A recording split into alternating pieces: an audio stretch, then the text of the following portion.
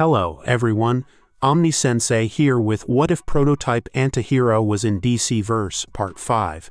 If you enjoy this content, please smash the like button. If you haven't already, please subscribe to the channel.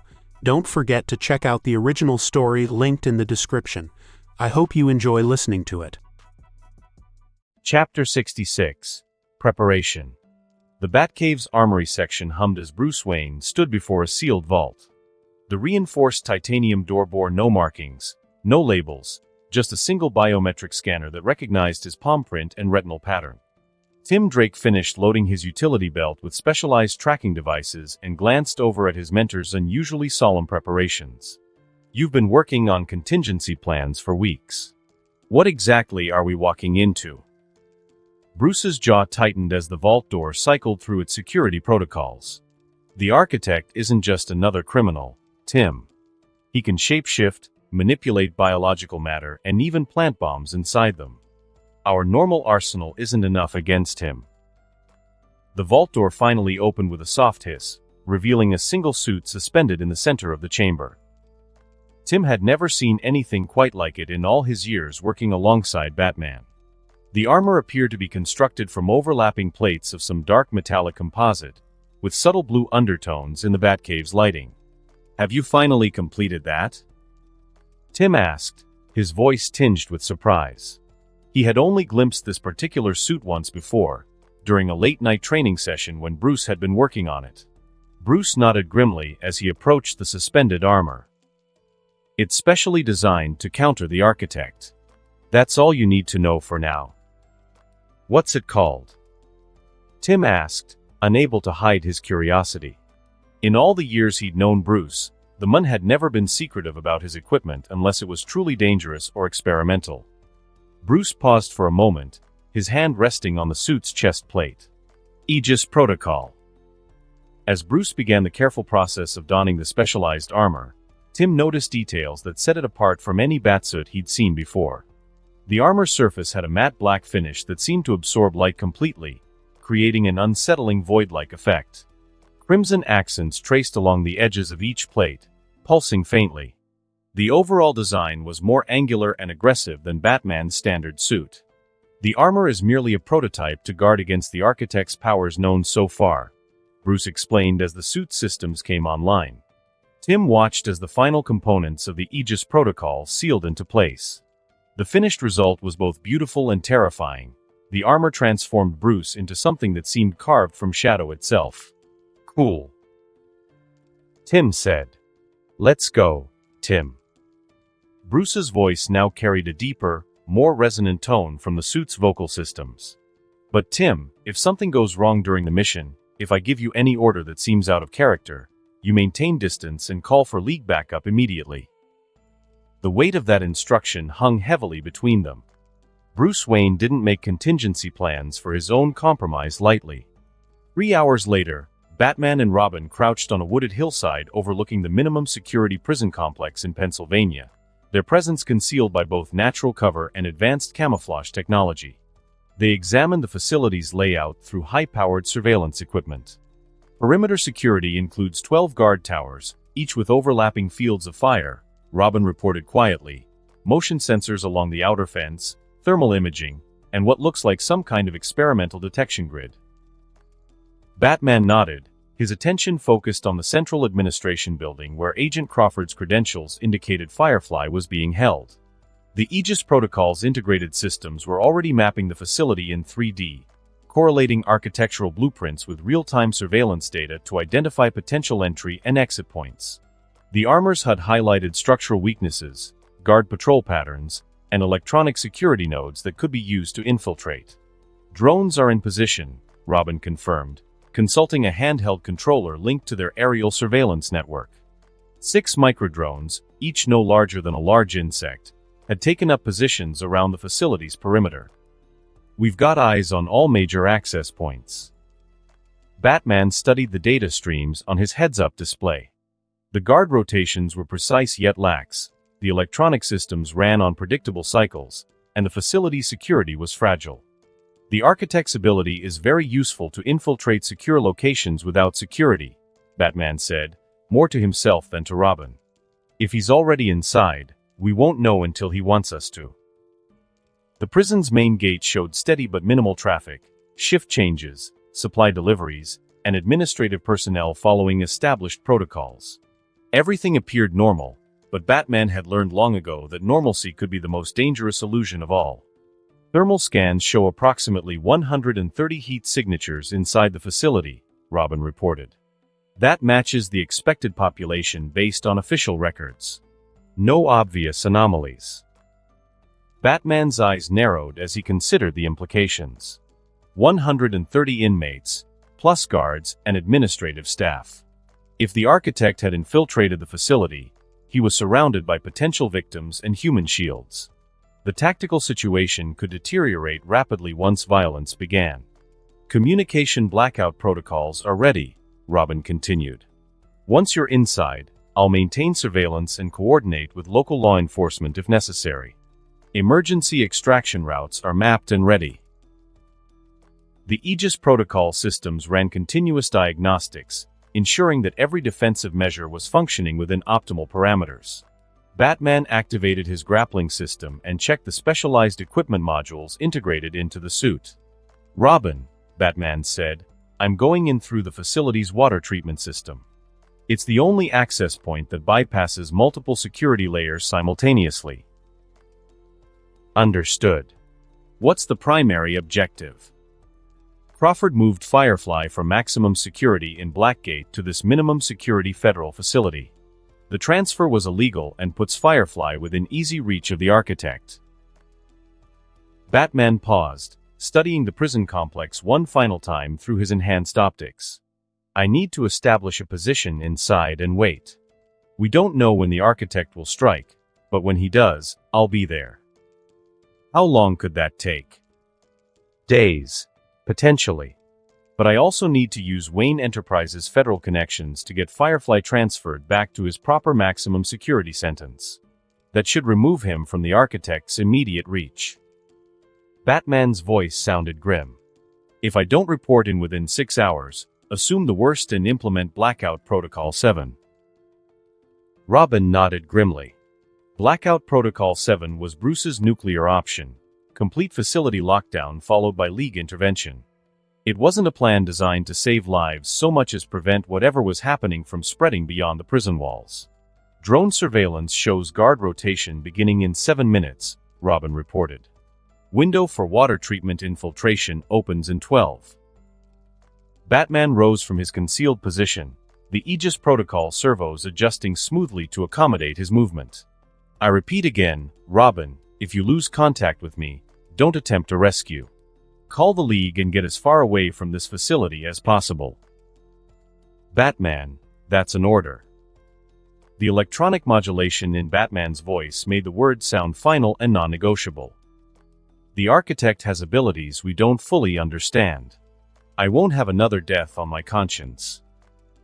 Robin watched as Batman moved toward the facility's outer perimeter, the Aegis protocol's camouflage systems rendering him nearly invisible against the night landscape.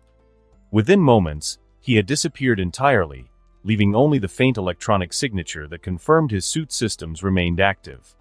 Through the drone network's cameras, Robin maintained visual contact as Batman approached the water treatment facility, a small concrete structure on the prison's eastern perimeter that processed groundwater for the main complex. The infiltration route would take him through underground maintenance tunnels directly into the facility's lower levels. Batman, you're clear for approach, Robin whispered into his comm unit. No visible guards, electronic surveillance is cycling through a dead zone in 30 seconds. The Aegis protocol's response came through clearly despite the underground interference. Acknowledged. Beginning infiltration. Robin watched the facility's external lights flicker momentarily as Batman accessed the water treatment plant's electrical systems. The disruption lasted less than 3 seconds, barely enough time for anyone to notice, but sufficient for someone with Batman's skills to bypass the electronic locks.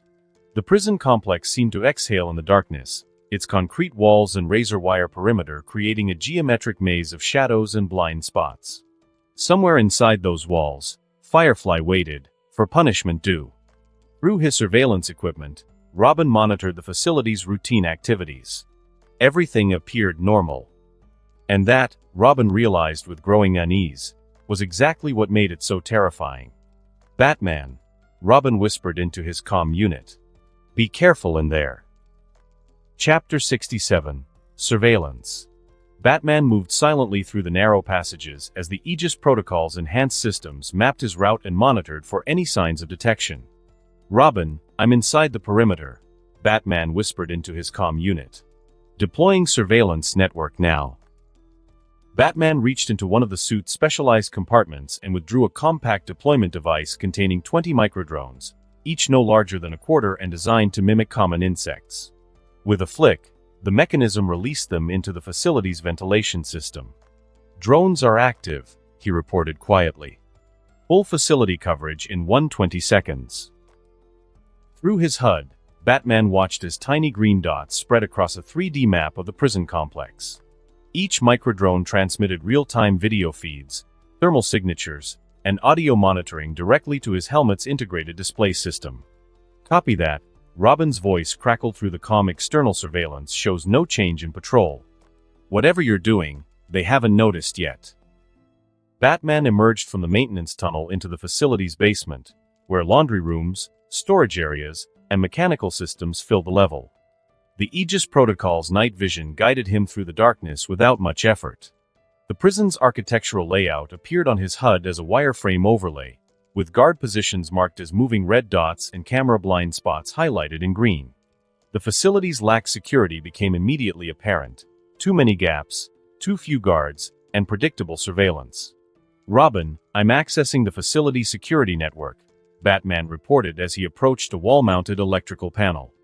The Aegis Protocol's integrated hacking suite made quick work of the outdated security protocols. "I need eyes on Firefly's location. Standing by for data upload." Batman's fingers moved across a compact keyboard interface built into his gauntlet, infiltrating the prison's computer systems. Within moments, he had administrative access to guard rosters, prisoner locations, and facility schedules. "Firefly is housed in Block C, Level 2, Batman confirmed, studying the incoming data.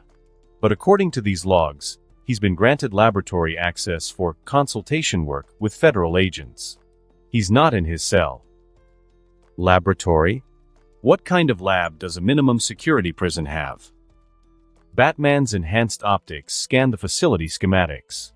"Former medical wing, converted to technical consultation space.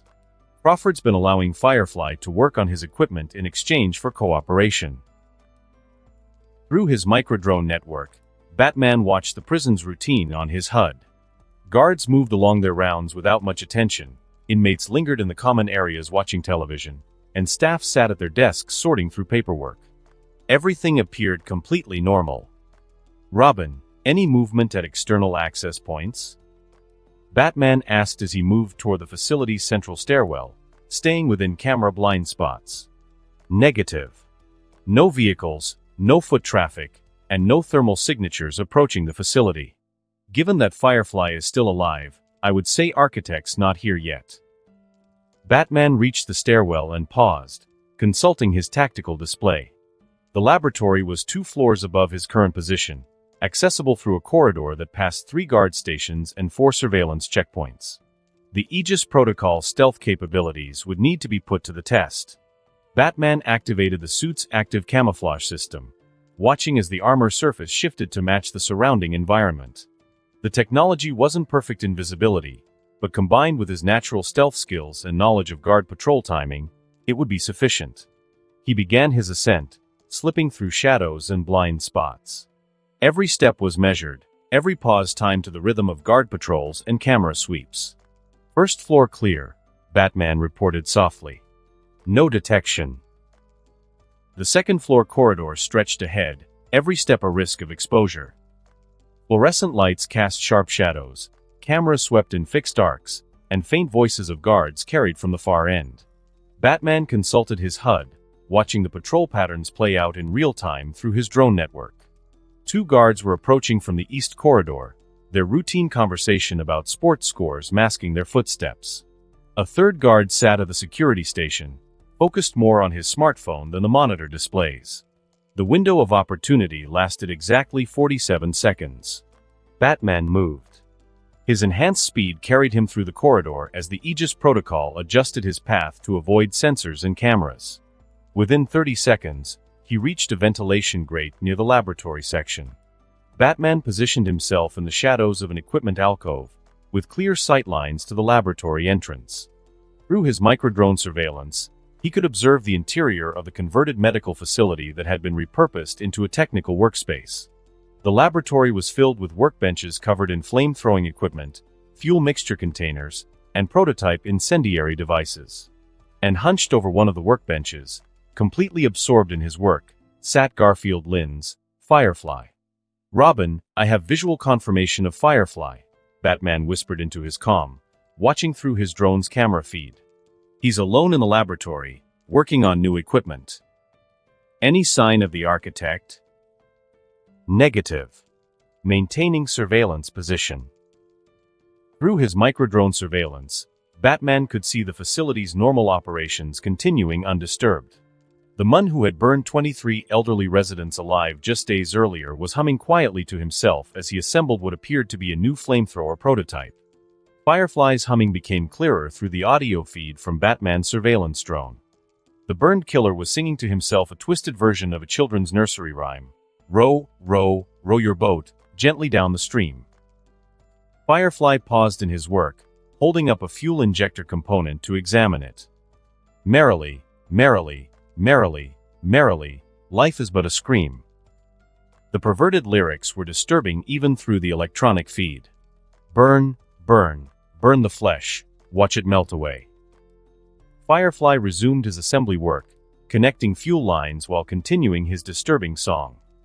"Merrily, merrily, merrily, merrily, screaming all the way." Still no movement at any external access points, Robin reported through the comm. Batman settled into his surveillance position, the Aegis protocol systems running continuous scans of the facility. Every corridor, every room, and every potential entry point was monitored through his drone network. Through his surveillance network, Batman watched that everything seemed normal. But Batman knew better. The architect was coming. Firefly's singing grew louder as he attached components to his prototype flamethrower. 30 little children, sleeping in their beds. Down came Firefly, and burned off all their heads. When the morning came, there was nothing left to see. Except the pretty ashes, falling just for me. "Robin," Batman whispered into his comm, "be careful. My intuition is telling me he will strike tonight." Chapter 68. Let the hunt begin. "Robin, status report on external perimeter," Batman whispered into his comm. "All quiet on, wait." Tim's voice sharpened suddenly. "Vehicle approaching main entrance. Federal sedan, single occupant." Batman's enhanced optics zoomed in on the facility's front entrance through his external surveillance feed. A black government vehicle pulled up to the guard station, its headlights cutting through the evening darkness. "Can you identify the driver?" "Running facial recognition now." Tim paused. "It's Agent Jim Crawford. Looks like he's working late." Batman frowned. Crawford's presence wasn't entirely unexpected. The federal agent had been overseeing Firefly's cooperation program. But something about the timing felt off. Maintain surveillance on his movements. We cannot rule him out as the architect. Through his drone network, Batman watched as Crawford stepped out of the sedan and approached the security checkpoint with a suitcase in hand. Agent Jim Crawford approached the main security checkpoint, his federal credentials ready for inspection. The guard on duty, a middle-aged man, glanced up from his newspaper. "Evening, Agent Crawford. Working late tonight?" "Always," Crawford replied, his tone heavy with fatigue. "Need to check on our assets' progress. How's Lynn's been behaving?" "Quiet as a lamb. Spent the whole day in that lab you set up for him. Haven't heard a peep since dinner." Crawford nodded. "Good. I'll need to review his work, then handle some administrative matters." Roberts stamped the entry log. "You know the way." Batman tracked Crawford's progress through the facility corridors via his microdrone network. The agent's route seemed routine at first, following the standard path toward the administrative wing. Then Crawford deviated. Instead of heading directly to Firefly's laboratory or the administrative offices, he turned toward the facility's rear section, where the canine unit was housed.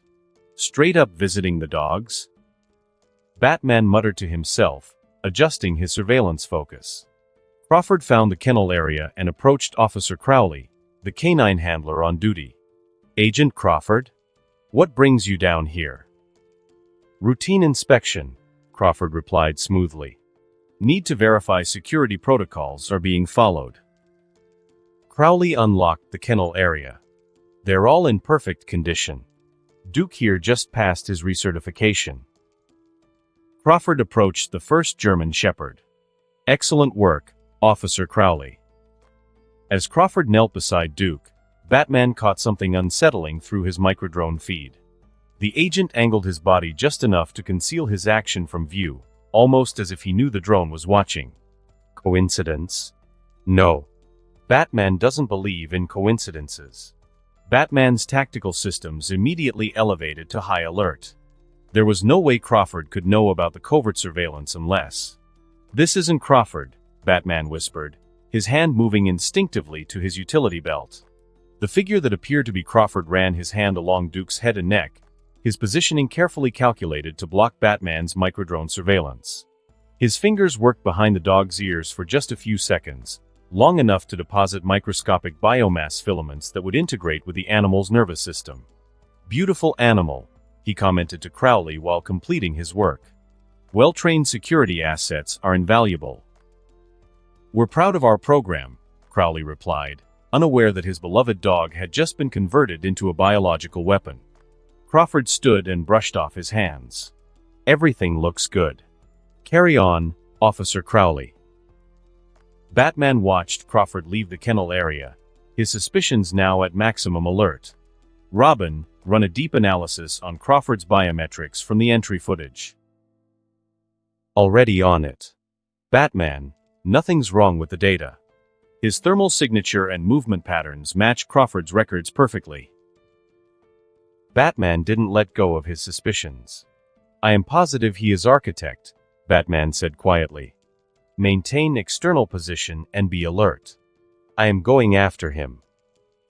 Through his surveillance network, Batman watched the false Crawford head toward the facility's control room. Whatever the architect was planning, it was about to begin. Crawford approached the control room where two technicians monitored the facility's security systems. He knocked before entering, maintaining his facade of proper protocol. "Gentlemen, mind if I come in? I need to review some operational details." One technician looked up from his monitors. "Of course, Agent Crawford. Everything's been quiet tonight." "Good to hear," Crawford replied, settling near the control console. "How's the new security equipment performing?" The other one turned in his chair. "The signal jamming system's working perfectly. If we need lockdown, we can cut all communications." Crawford might have been a corrupt cop, but he did know the consequences of letting Firefly and the other federal helpers escape. "Excellent foresight," Crawford said approvingly. The conversation continued for several minutes, Crawford asking routine questions while subtly positioning himself closer to the control systems. Then, without warning, alarm klaxons began blaring throughout the facility. Both technicians immediately focused on their monitoring stations. "What's happening?" One of them called out, scanning security feeds.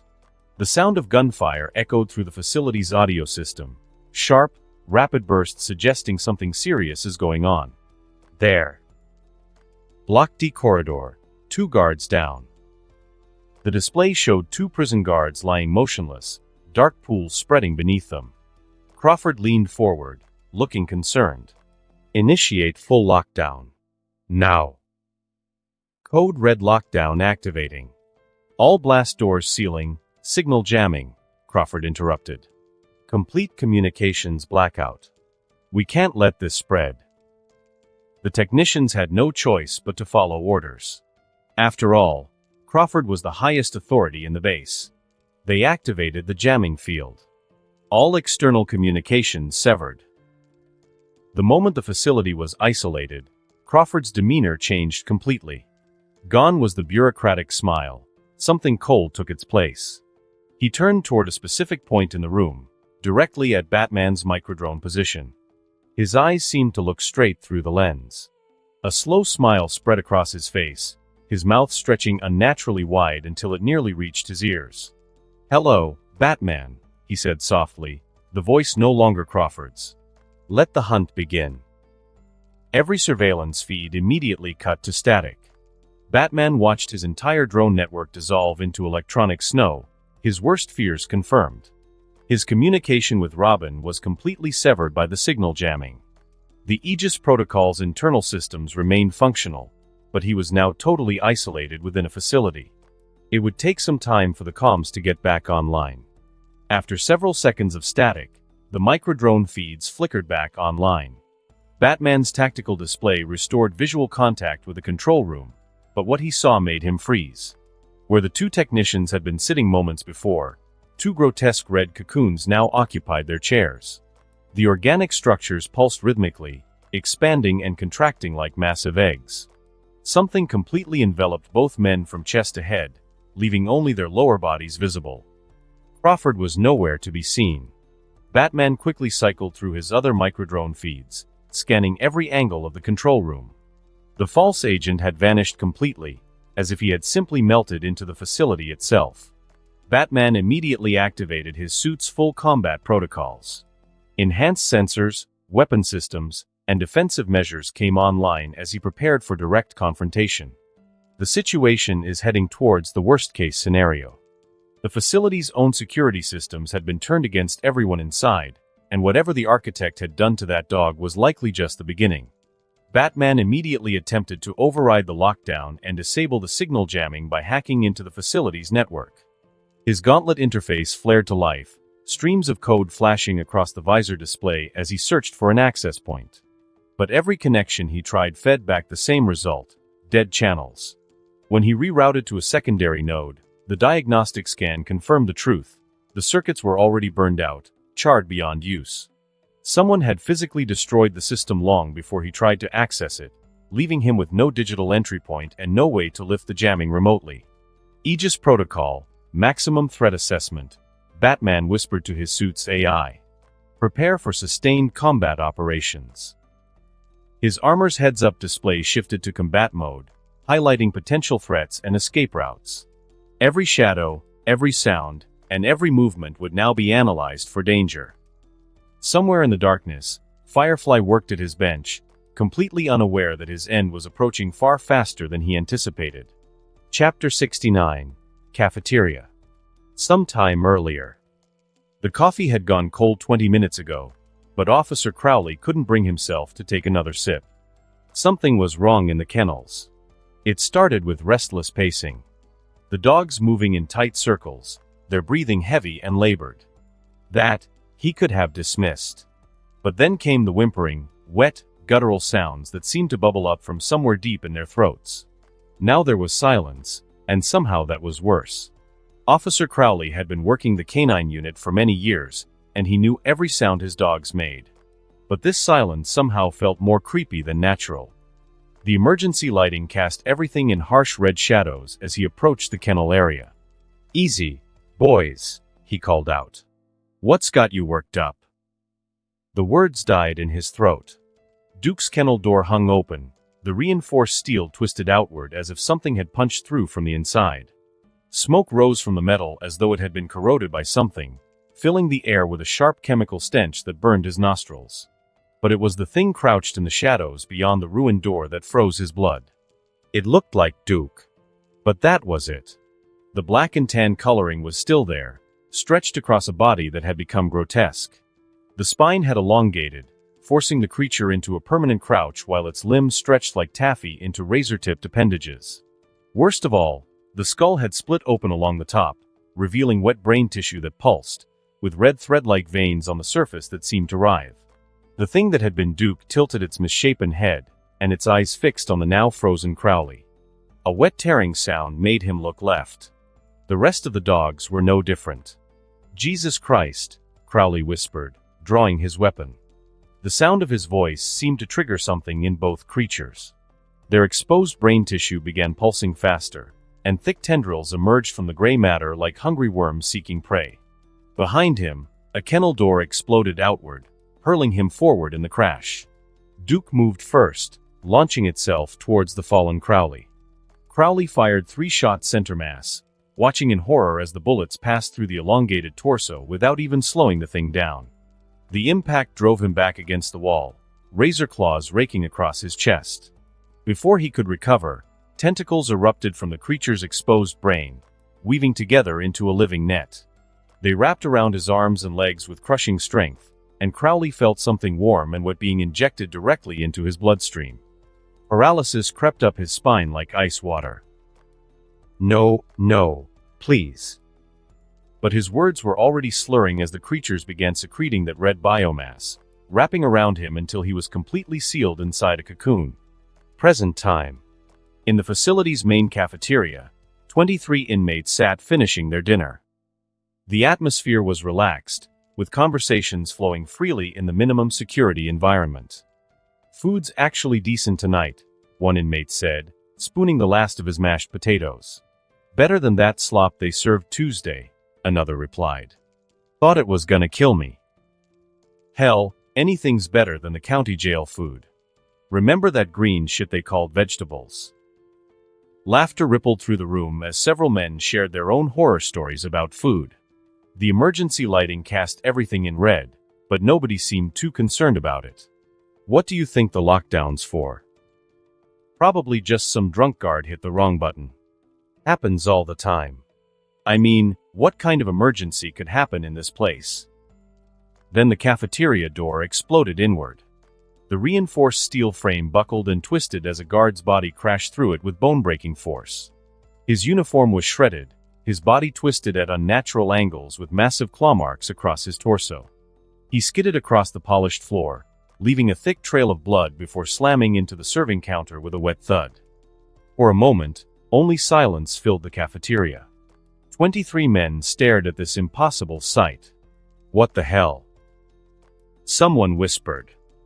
"Is that Officer Blake?" another voice asked, uncertain. One inmate near the front, a man who'd been laughing about prison food just moments before, stood up slowly from his table. "Blake? Hey, Blake, you okay?" He took a few steps cautiously toward the motionless figure. The other inmates watched, some half rising from their seats. "Yo, Blake," the man called out louder. "What happened, man?" He reached the guard's crumpled form and knelt down, reaching out to check for a pulse. His hand came away covered in blood. "He's dead," he said, his voice cracking with shock. "Holy shit, Blake's dead. His throat's been ripped open." "Dead?" someone echoed from across the room. "What do you mean dead?" "I mean dead. Something tore him apart." The inmates began to murmur nervously, chairs scraping as men stood up to get a better look. The relaxed atmosphere evaporated instantly, replaced by unease that grew stronger each second. What could do that to a guard? Maybe it was that lockdown thing. Lockdown doesn't rip people's throats out, man. Then something moved in the destroyed doorway. Then the creature appeared.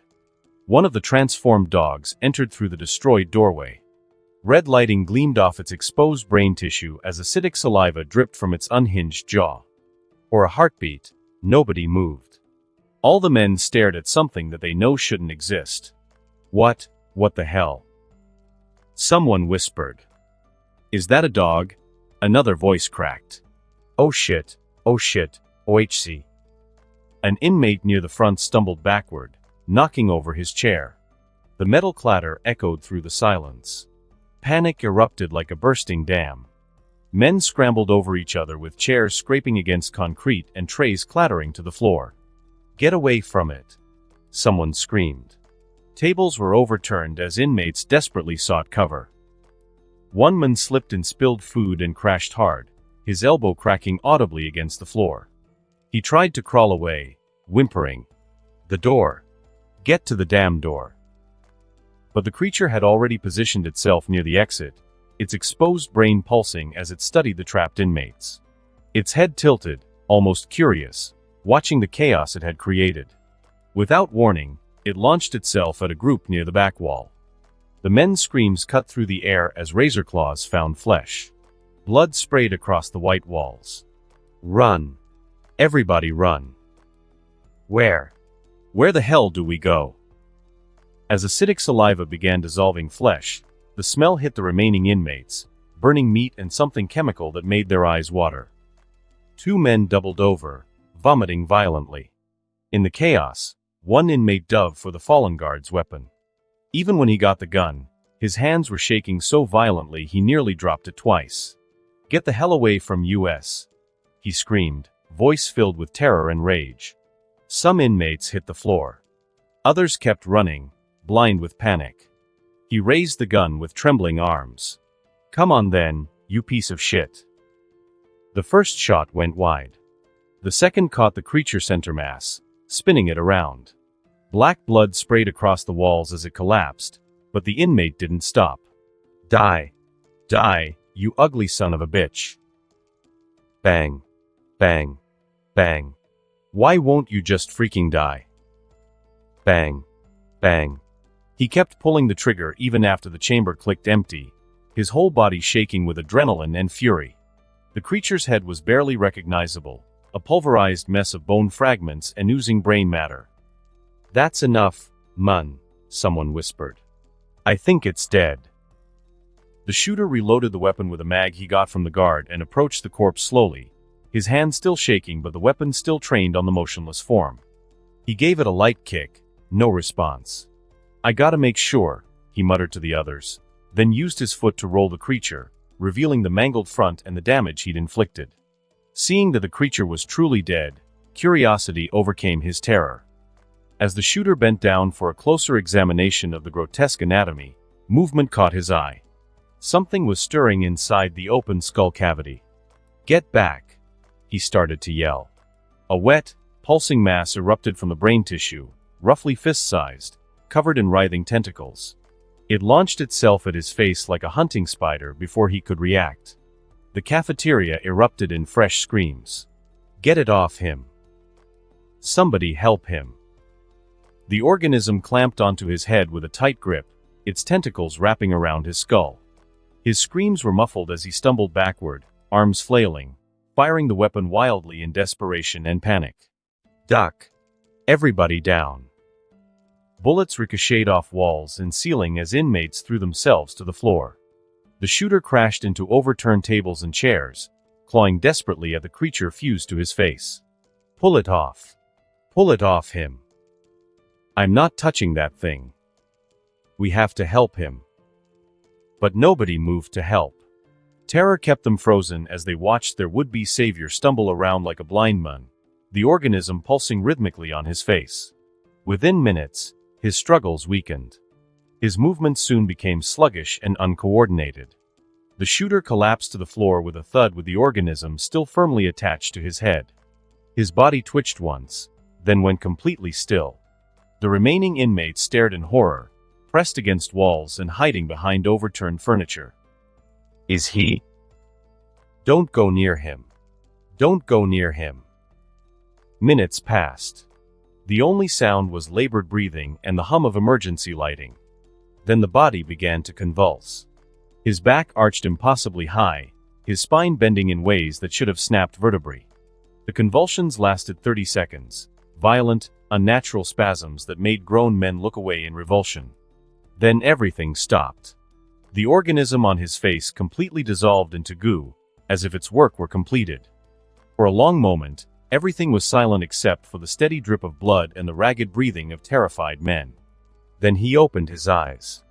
Thick tentacles erupted from his back with wet tearing sounds as his spine split open. The appendages moved like serpents, each one as thick as a man's arm and covered in glistening mucus. "What the hell is happening? Run! Everybody run!" But there was nowhere to go. 5 tentacles lashed out, wrapping around the nearest inmates like steel cables. The captured men screamed as they were dragged across the blood-slicked floor, their fingernails scraping against concrete as they tried desperately to find purchase. What had once been human now stood 9 feet tall, its spine turned into a tough, armored column. Its arms had stretched into razor-tipped limbs that bent at strange angles, and its legs had become clawed, digitigrade stalks. A shiny black carapace covered its body, and its long skull held rows of sharp teeth, and with each breath, acidic steam hissed from slits along its neck. The remaining inmates rushed for the door, fleeing this hell on earth, some weeping openly, others gasping in pure terror. The creature examined each captured victim, lowering its eyeless head to each man one by one and tilting its head from side to side while sniffing it. 2 of the captured men received quick deaths, their heads twisted off with sickening cracks as their bodies were discarded like garbage. The remaining 3 captives found themselves being wrapped in red biomass secreted from the creature's tentacles. The substance was warm and sticky, hardening on contact with air to form organic cocoons. The transformed creature straightened to his full, impossible height and surveyed the carnage he had created. Blood pooled on the white floor. Numerous bodies lay crumpled in unnatural positions.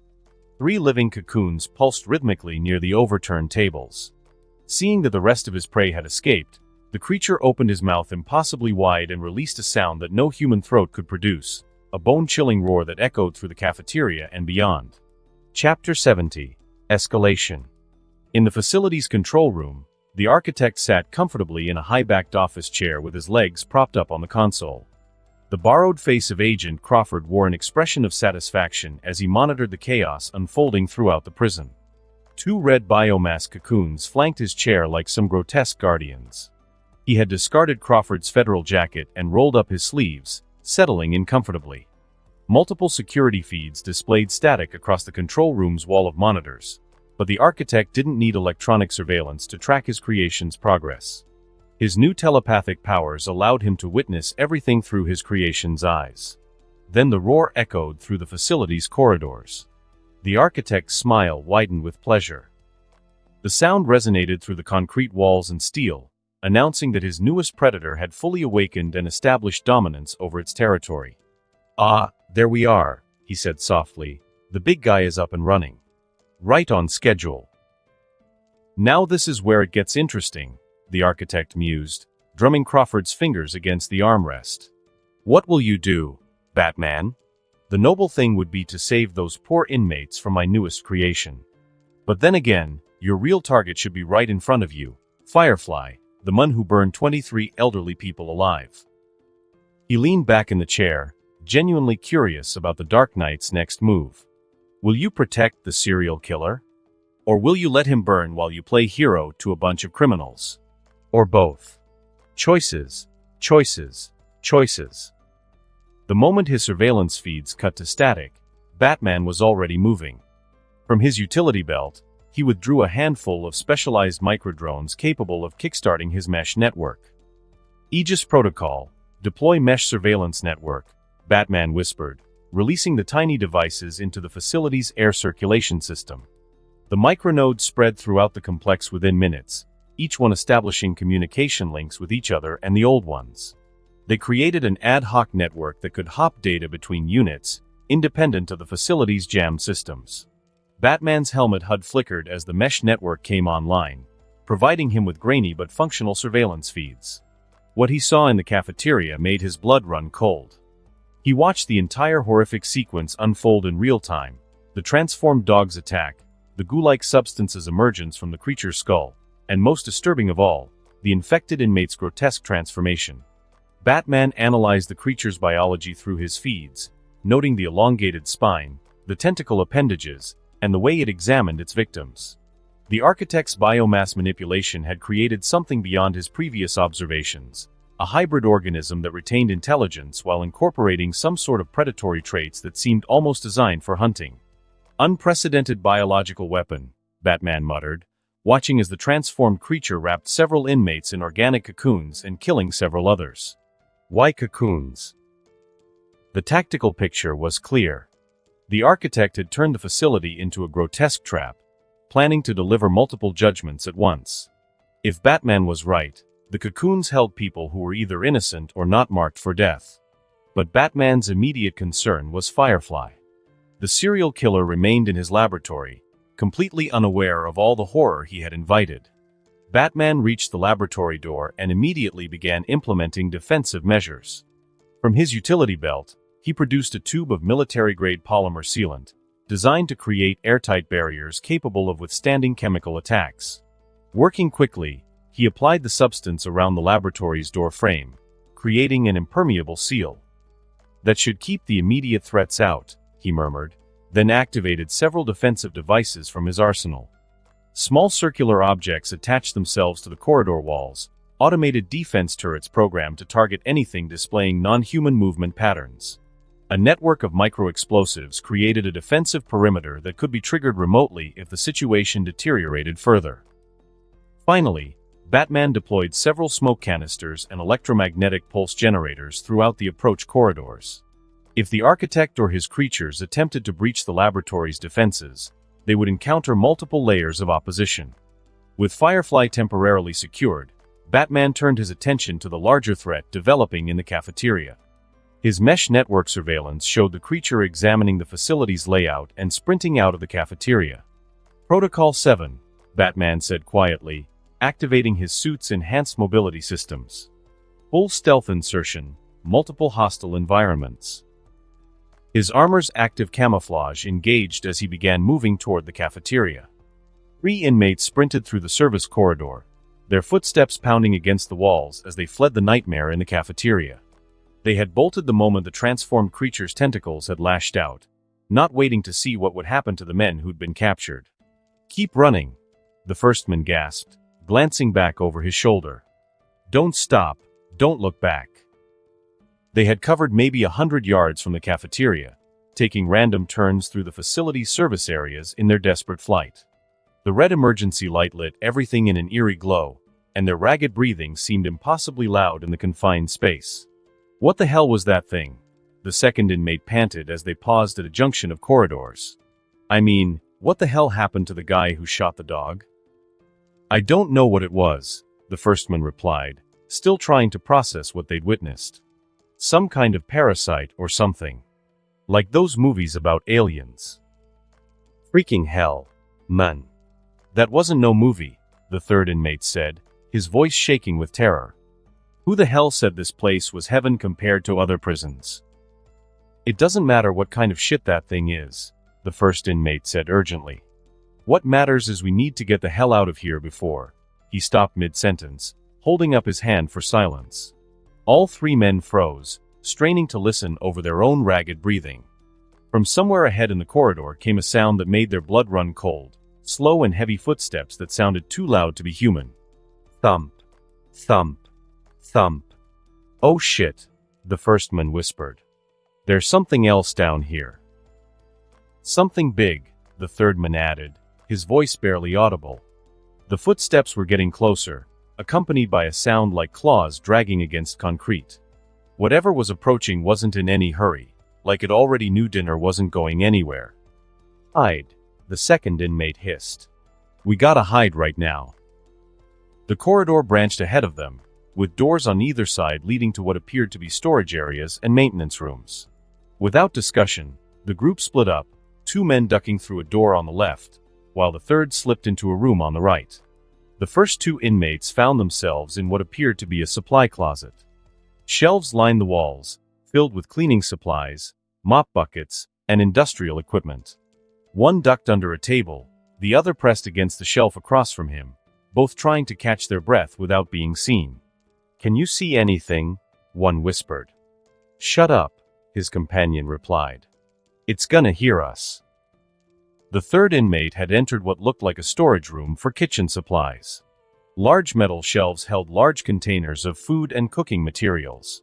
He wedged himself between 2 stacks of 50-pound flour sacks, pulling his knees to his chest to make himself as small as possible.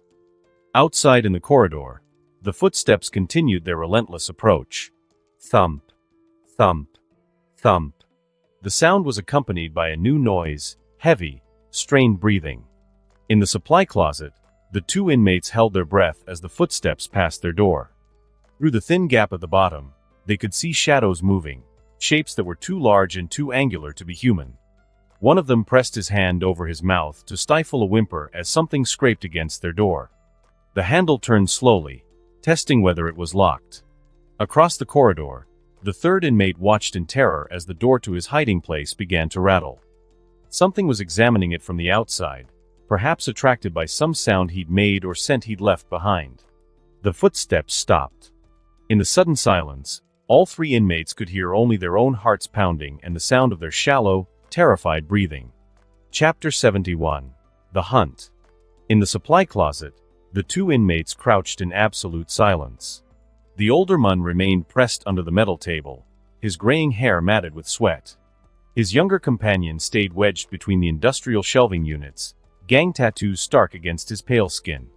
Both men had heard the creature's approach, those heavy, deliberate footsteps that announced death was coming. Now they waited. The door handle turned slowly. Through the gap under the door, they watched massive shadows shift as something enormous positioned itself just outside. The creature's breathing was audible now, deep, rhythmic inhalations with the sound of something wet dripping down. The older man's hand trembled against the concrete floor. 27 years he'd been alive, and he'd never been this terrified. Not during his killing spree. Not when the cops had cornered him. Not even when the judge had sentenced him to 15 years. This was different. His companion's eyes were squeezed shut, lips moving in what might have been prayer. The kid had survived gang wars on the outside, but nothing had prepared him for this. The creature's claws scraped against the doorframe. Once. Twice. Like a cat sharpening its claws before the kill. It knows we're in here. The breathing grew heavier. Whatever this thing was, it had detected them. The older man could picture those razor claws preparing to tear through steel like tissue paper. This is it. This is how we die. The door exploded inward with a deafening crash. Steel hinges snapped like twigs as the reinforced barrier crumpled under the force. The older man bit down on his knuckle to stifle a scream as the nightmare filled the doorway. The creature stepped into the supply closet, its massive frame blocking out the emergency lighting from the corridor. Its head turned slowly from side to side as it sniffed the air heavily. The older man pressed himself deeper under the metal table, every muscle locked in terror. Across the room, his companion had somehow made himself even smaller between the shelving units. The creature took another step forward, its claws clicking against the concrete floor. It paused directly in front of the shelving units, head tilting as it detected something. The breathing grew more intense. It's going to find him. It's going to find us both. Then, crash. The thunderous noise exploded from across the corridor as metal containers toppled across the room. The sound reverberated through the confined space like gunshots. The creature's breathing stopped. For one heartbeat, the world held its breath. Then the footsteps moved away from their hiding spots in large strides. Heavy impacts against concrete as 9 feet of nightmare crossed the corridor in a rush, leaving the supply closet as quickly as it had entered. The older man felt tears streaming down his cheeks. Lisbon. That was Lisbon making noise. Rather him than me. Across the corridor, they heard steel being torn apart like paper. The sound of a door being ripped from its hinges. Then Lisbon's voice, high with terror. No, please. Don't kill me. I didn't do nothing. The scream that followed the cut was horrifying. It started human and dissolved into something wet and broken that no human throat should make. The younger inmate pressed his hands over his ears, but it didn't help. The sounds penetrated everything, flesh tearing, bones cracking with sharp pops, something heavy being dragged across concrete. Stop, he whispered. Please, God, make it stop. But it didn't stop. They heard Lisbon trying to crawl away, his fingernails scraping against the floor. They heard him begging. They heard him choking on his own blood. The older man bit down on his knuckle until he tasted copper, anything to keep from screaming himself. Lisbon's voice became a wet gurgle. Then silence. But the creature wasn't finished. New sounds emerged from the destroyed room, ripping and tearing something. The creature was thorough in its work. Jesus Christ, the older man whispered, so quietly the words were barely breath. His companion was crying now like him, silent tears that he couldn't stop. They both understood the horrible truth. Lisbon had unknowingly saved their lives by making noise at exactly the wrong moment. If those containers hadn't fallen, if Lisbon had stayed quiet, the creature would have found them in the supply closet instead. Minutes passed. The horrible sounds continued. Finally, silence returned to the corridor. They waited. And waited. "Is it gone?" The younger man breathed, his voice barely audible. The older man crept toward the destroyed doorway and peered out. Nothing. No footsteps. No breathing. Just the distant hum of emergency lighting.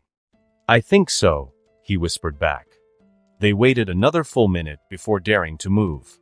When they finally emerged from their hiding spots, both men were shaking so badly they could barely stand. The younger man carefully stepped through the demolished doorway and looked across the corridor. The opposite room gaped like a wound. Dark, wet stains covered the floor in patterns that suggested something had been dragged. "Don't look," the older man said, though his eyes were already drawn to the destruction. "Just don't freaking look." But he couldn't help seeing the scattered pieces of orange fabric that had once been Lisbon's prison uniform, or the dark smears leading deeper into the room where the creature had taken its time. They slipped into the corridor, moving carefully. Every footstep seemed thunderous. Every breath felt like it might summon the creature back. Neither man spoke as they fled down the hallway. What was there to say? They were alive because Lisbon had knocked over some containers. They were alive because someone else had died first. They were alive because the creature had been literally seconds away from finding them in the supply closet. As they reached a T-junction 50 yards from the scene, both men finally broke into a run. Behind them, something wet dripped steadily in the darkness, but they didn't look back. They couldn't afford to look back. Batman's boots touched down silently outside the cafeteria's destroyed entrance. The aftermath was worse in person than his surveillance feeds had suggested. The metallic scent of blood still lingered. Bodies were scattered throughout the room like broken dolls, some torn apart by claws, others showing signs of acidic dissolution. 3 pulsing cocoons drew his immediate attention. His medical scanners confirmed life signs in each one, elevated but stable heart rates and brain activity consistent with induced unconsciousness. "Spared," Batman murmured, processing the implications. The architect's twisted moral code had deemed these 3 worthy of preservation rather than execution. He began scanning the corpses scattered throughout the cafeteria. The readings were uniform, no life signs in any of the bodies. Whatever the creature had done, it had been thorough and final. His mesh network chimed with an alert. Movement detected in the eastern corridor, something large heading away from the scene. That creature. The hunt was continuing. As Batman rushed toward the exit, something cold wrapped around his ankle. He looked down to see a blood-covered hand gripping his boot. The dying man's chest had been torn open, but somehow his mouth opened to speak. "Why didn't you save us, Batman?" In the sudden silence, the Dark Knight stood frozen by a simple question he couldn't answer. Chapter 72: Psychological Warfare. Batman's mind snapped back to clarity as soon as he felt the cold grip around his ankle. Without hesitation, Batman drove his armored boot down hard, crushing the grip. The brittle hand snapped with a sharp crack, bones splintering as the flesh tore apart, scattering fragments across the floor. He immediately rolled backward, putting distance between himself and the source of the attack. Coming up in a defensive crouch behind an overturned table, Batman scanned the cafeteria with enhanced optics. A guard's body, one with massive claw marks across his chest, twitched slightly. Then another. Then another. One by one, the corpses began to stir. The first to rise was the guard, his throat a gaping wound that should have made speech impossible. Yet when he opened his ruined mouth, words emerged clearly. "Why didn't you kill Firefly, Batman?" Batman's hand moved instinctively to his utility belt, but he didn't draw a weapon yet. His analytical mind processed what he was witnessing, the architect's biomass manipulation extending beyond living tissue into some form of postmortem control. A second corpse, one of the inmates who'd been torn apart by the creature, pushed itself upright despite having most of its torso cavity exposed. "Didn't Martin ask you to?" "Martin begged you to end that monster," added a third voice, this one from another whose skull had been partially caved in. But your precious moral code was more important than justice. More bodies were rising now, their movements jerky and unnatural like marionettes controlled by an inexperienced puppeteer. Batman counted 8 reanimated corpses, all speaking in unison despite their various states of mutilation. Now because of you, they said together, the architect followed Firefly here and killed us. Their deaths are on your hands, Batman. Your failure created this massacre. How many more will die because you refuse to do what's necessary? Batman's jaw tightened beneath his cowl. The psychological manipulation was crude but effective, targeting his deepest fears about the consequences of his moral code. But the Dark Knight had faced similar attacks before from enemies like Scarecrow and the Joker.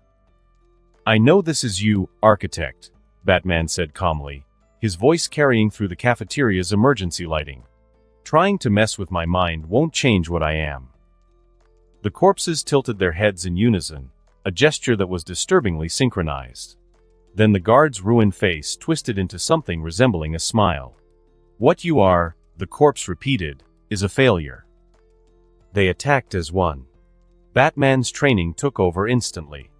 As the first wave of reanimated bodies lunged toward him, he rolled backward over an overturned table, using the furniture as temporary cover while assessing their movement patterns. The corpses moved with inhuman coordination but lacked the flow of living people. Their joints were stiff, their reflexes dulled by death. However, what they lacked in finesse, they made up for in sheer relentless aggression.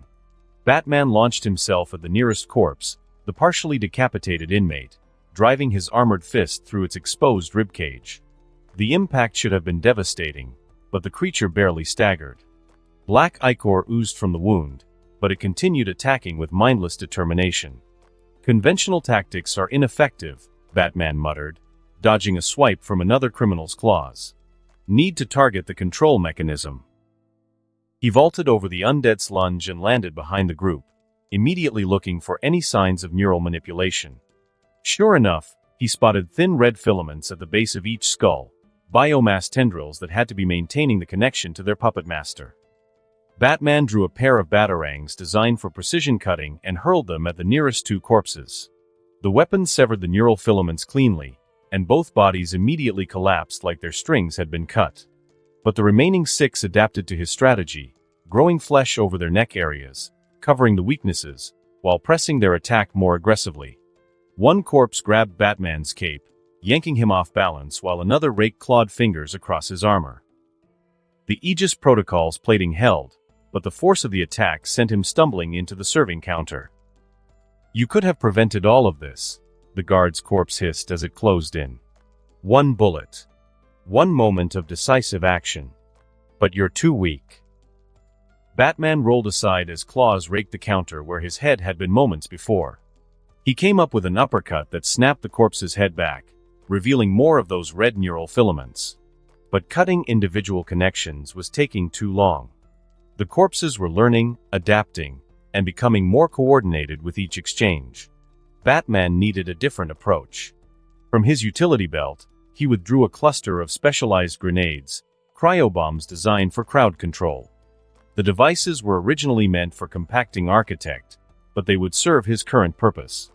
Sub-Zero Protocol, Batman announced, pulling the pins and hurling the grenades throughout the cafeteria. The effect was immediate and devastating. Supercooled gas erupted from each device, instantly dropping the temperature in the room by 60 degrees. The effect was gradual but inexorable. The corpses' movements slowed dramatically as their flesh began to freeze and crystallize. The guard's corpse, still closest to Batman, fought against the encroaching ice as frost spread across its torn uniform. Your psychological warfare failed. Try harder next time, Batman said, watching as the creature's movements became increasingly sluggish. The ruined face managed one final, defiant smile as ice crystals formed around its mouth. This isn't over, it whispered, the words barely audible as the cold seized its face. Within 30 seconds, all 6 remaining corpses were locked in place, their bodies encased in a thin layer of ice that made movement impossible. Batman stood among the frozen tableau, his breath visible in the suddenly frigid air. The Aegis protocol's heating systems activated automatically to maintain his core temperature. But even as he spoke, his HUD was flashing with new alerts. The mesh surveillance network was detecting movement in the service corridors. Fast, aggressive movement tracking toward the location where several inmates had fled. Batman's tactical analysis painted a grim picture. The creature from his earlier surveillance was hunting the survivors. 2 inmates were moving through a corridor intersection roughly 300 yards from his current position. Without hesitation, Batman activated his cape's gliding mechanisms and launched himself through the destroyed cafeteria entrance. As he moved, he remotely activated the defensive drones he'd positioned throughout the facility earlier. All units, converge on Service Corridor Junction 7, he commanded through his comms. Target, large fleshy organism. Mission, delay and harass. Do not engage directly. The drones responded immediately, their microjets propelling them through the facility's ventilation system toward the specified coordinates.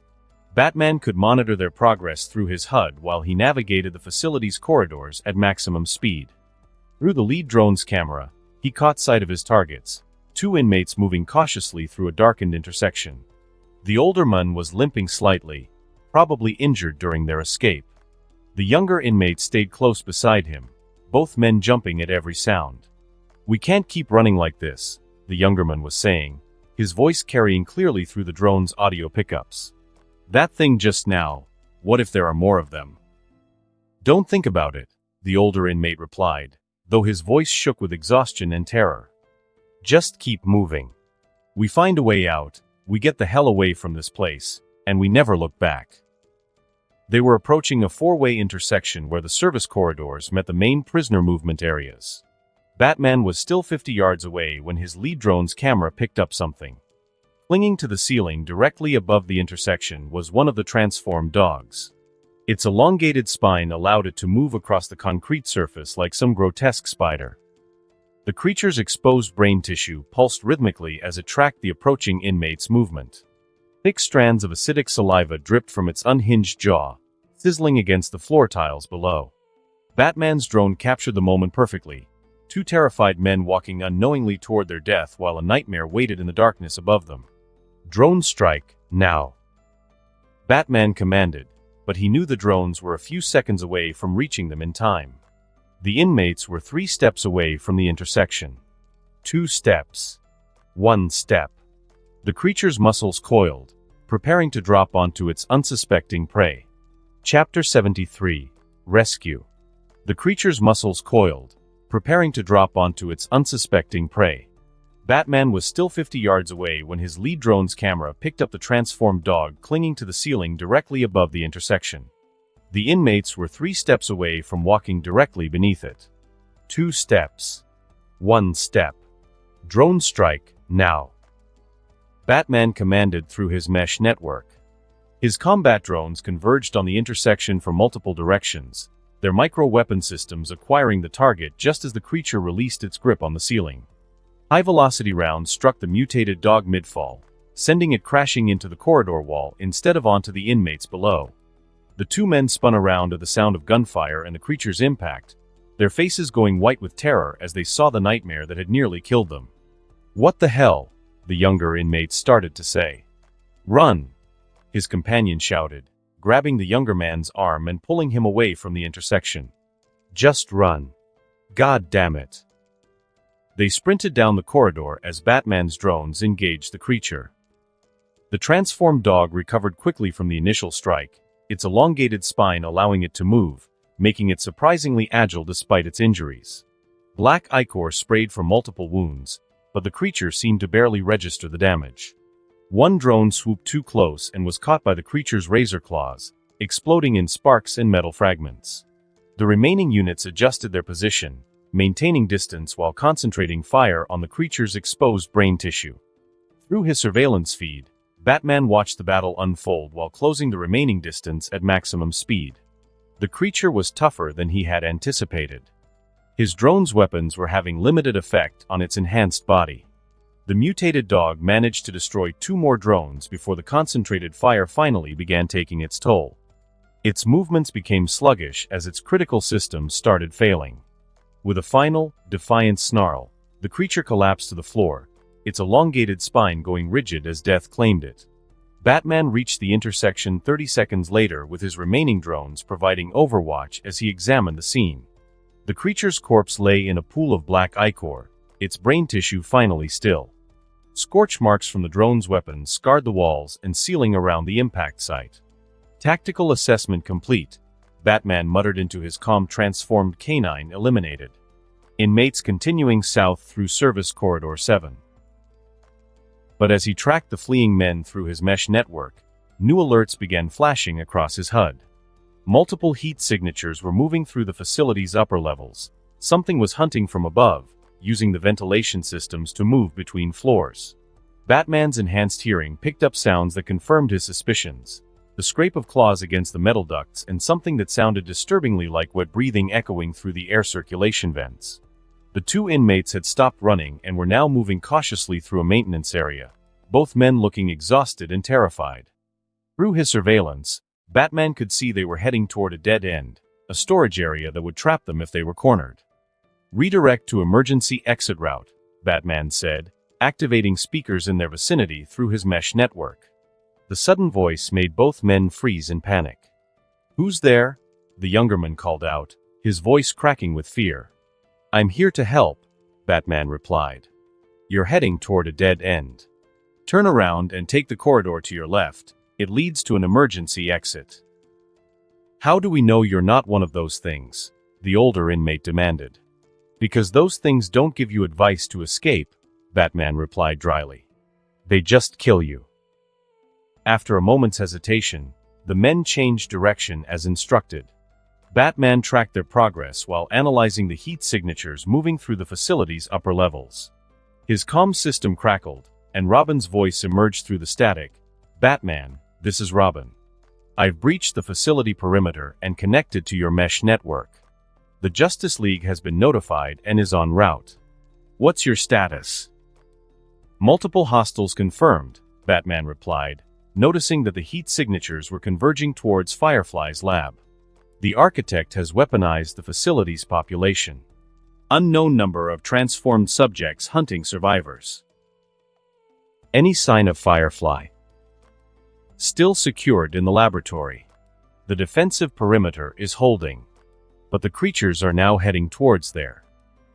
Batman paused as his sensors detected movement ahead. "Robin, I need you to coordinate evacuation of any survivors you encounter. The architect is making selections. Some people are being kept alive in organic cocoons, others are being killed outright." "Kept alive for what?" "Unknown. But I believe he's judging each person individually." Batman drew several specialized grenades from his utility belt as shadows moved in the darkness ahead. "Be extremely careful. These creatures adapt quickly to countermeasures." The conversation was interrupted by a sound, a wet, tearing noise followed by human screaming. One of the heat signatures on his HUD suddenly disappeared, while another began moving erratically. "Shit," Batman muttered, breaking into a run toward the source of the disturbance. Through his mesh network, he caught glimpses of what had happened. One of the creatures had dropped through a ceiling grate and attacked a guard who'd been trying to reach the facility's armory. The Mun was still alive but badly injured, crawling along the floor while leaving a thick trail of blood. The creature, another transformed human with elongated limbs and chitinous armor, moved slowly as it tracked the guard's movement, apparently in no hurry to finish the kill. Batman arrived just as the creature's claws were about to end the guard's suffering. A cluster of cryo-grenades detonated around the transformed human, instantly dropping the temperature and slowing its enhanced metabolism. The creature's movements became sluggish as ice crystals formed across its carapace. "Medical assistance required," Batman said into his comm while applying emergency first aid to the wounded guard. The Mun was unconscious but breathing, his injuries severe but not immediately fatal. "Negative," came Robin's reply. "All medical personnel are either dead or cocooned, according to the facility schematics I'm accessing. We're on our own until backup arrives." Batman looked at the frozen creature, then at the dying Mun at his feet. The situation was deteriorating rapidly, and he was running out of options for protecting the facility's remaining survivors. From somewhere in the darkness ahead came that bone-chilling roar he'd heard earlier, the sound of the apex predator that had emerged from the cafeteria massacre. "Robin, he said quietly into his comm. How long until the Justice League arrives? ETA 12 minutes. Batman looked at his dwindling supply of specialized weapons, then at the multiple heat signatures converging on Firefly's position from all directions. That might be 11 minutes too long. Chapter 74. Convergence. Batman's HUD flashed with multiple alerts as heat signatures throughout the facility began moving in coordination. His mesh surveillance network painted a tactical picture that gave him a sinking feeling. Every hostile contact was converging on a single location. Firefly's laboratory. Robin, change of mission parameters, Batman said into his comm while analyzing the movement patterns. All hostiles are moving toward Firefly's position. I need you to handle survivor extraction while I defend the laboratory. I have one in my position with severe wounds. I will freeze him to buy time. Understood, came Robin's immediate reply. I've got eyes on the 2 inmates from the service corridor. They're heading toward the emergency exit. Keep them moving. And Robin, maintain radio contact. Be safe. Batman launched himself through the facility's corridors at maximum speed, the Aegis protocol's enhanced mobility systems pushing him to his limits. Behind him, his remaining surveillance drones reported the systematic destruction of his mesh network as the creatures moved through the facility. One by one, his cameras went dark, leaving expanding blind spots across his tactical display. The pattern was obvious. The architect was eliminating Batman's surveillance capabilities while herding his forces toward a single objective. Add that to his continuous consumption of arsenal, and you get an obvious but excellent plan. As Batman navigated a junction between the main corridor and a service passage, movement in his peripheral vision made him dive sideways. Bloody hands erupted from debris, reaching for his throat desperately. The reanimated corpse of an inmate pulled itself from behind an overturned maintenance cart, its body bearing the same claw marks Batman had seen in the cafeteria. Another puppet, Batman muttered, throwing a batarang forward. The weapon severed the neural connection cleanly, and the corpse collapsed like a marionette with cut strings. But more movement in the shadows ahead warned him this wasn't the only enemy. 3 more reanimated bodies shambled into view, their movements jerky but coordinated. These had been guards, their uniforms shredded and stained with dried blood. One carried the remains of a riot baton, swinging it mechanically despite the fact that his arm had been nearly severed at the elbow. Batman didn't have time for extended combat. Every second of delay gave the converging hostiles more opportunity to reach Firefly's laboratory and overwhelm his automated defenses. From his utility belt, he withdrew a cluster of thermite grenades, military-grade incendiary devices designed to burn through reinforced steel. The confined corridor would concentrate their effect dramatically. I am sorry, Batman said to the corpses in a low whisper and pulled the pins and hurled the devices at the approaching corpses. The thermite ignited instantly, creating a wall of white-hot flame that reached temperatures exceeding 4,000 degrees Fahrenheit. The reanimated bodies disappeared in the inferno, their flesh and bone reduced to ash within seconds. The intense heat warped the metal walls and ceiling, but it cleared Batman's path forward. He vaulted through the dissipating flames, his armor's heat shield protecting him from the residual temperature. Behind him, the corridor continued burning, creating an impassable barrier that would prevent anything from following his route. Batman's comm crackled with Robin's voice. Batman, I'm seeing massive movement throughout the facility. It looks like everything is heading your direction. Confirmed, Batman replied, checking his ammunition levels as he moved. How are the inmates? Safe for now. They've reached the emergency exit, but it's locked down tight. I'm working on the electronic systems, but it's going to take a few minutes. Work faster. Once I engage at the laboratory, I won't be able to provide support. Batman reached the final approach to Firefly's makeshift laboratory and immediately understood why every hostile in the facility was converging on this location. The architect had turned the surrounding area into a war zone. His automated defense turrets were engaged in continuous combat with waves of transformed creatures. The corridor leading to the laboratory had become a killing ground, with black ichor and mechanical parts scattered across bloody floors. Muzzle flashes strobed in the emergency lighting as the turret's targeting systems tracked multiple contacts. but the defenses were being overwhelmed by transformed dogs with long barbed tongues and reanimated corpses. He drew his most powerful remaining weapons, shaped charges designed to penetrate reinforced concrete. If conventional tactics weren't working, it was time to change the battlefield itself. Batman attached the charges to support pillars throughout the approach corridor, creating a trap that would bring down sections of the ceiling on command. It was a desperate measure that would make the area impassable for both sides, but it might buy him the time he needed. Structural collapse in 10 seconds, Batman announced into his comm, activating the timer on his demolition charges. Robin, status report. Still working on the exit systems. These security protocols are more complex than, wait, I think I've got it. The charges detonated, sending thousands of tons of reinforced concrete crashing down on the attacking creatures. The corridor filled with dust and debris as support beams twisted and buckled. When the destruction finally settled, Batman found himself cut off from the rest of the facility by an impassable mountain of rubble.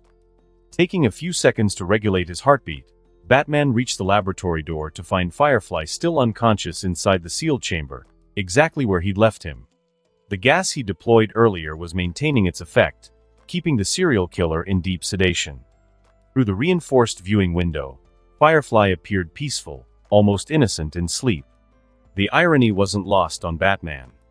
Here he was, defending the life of a man who had recently burned 23 people alive, while the Architect's creatures hunted down everyone else in the facility. His comm system activated automatically as Robin's voice came through. Batman, the inmates are clear. The emergency exit is open and they're heading for the perimeter fence. What's your status? Laboratory secured, Batman replied, checking his remaining weapons inventory. The defensive perimeter has taken heavy casualties, but it's holding for now. I'm detecting massive structural damage on your level. Are you? Robin's transmission was interrupted by the sound of dripping. Batman looked up to see thick, acidic saliva falling from somewhere above his position.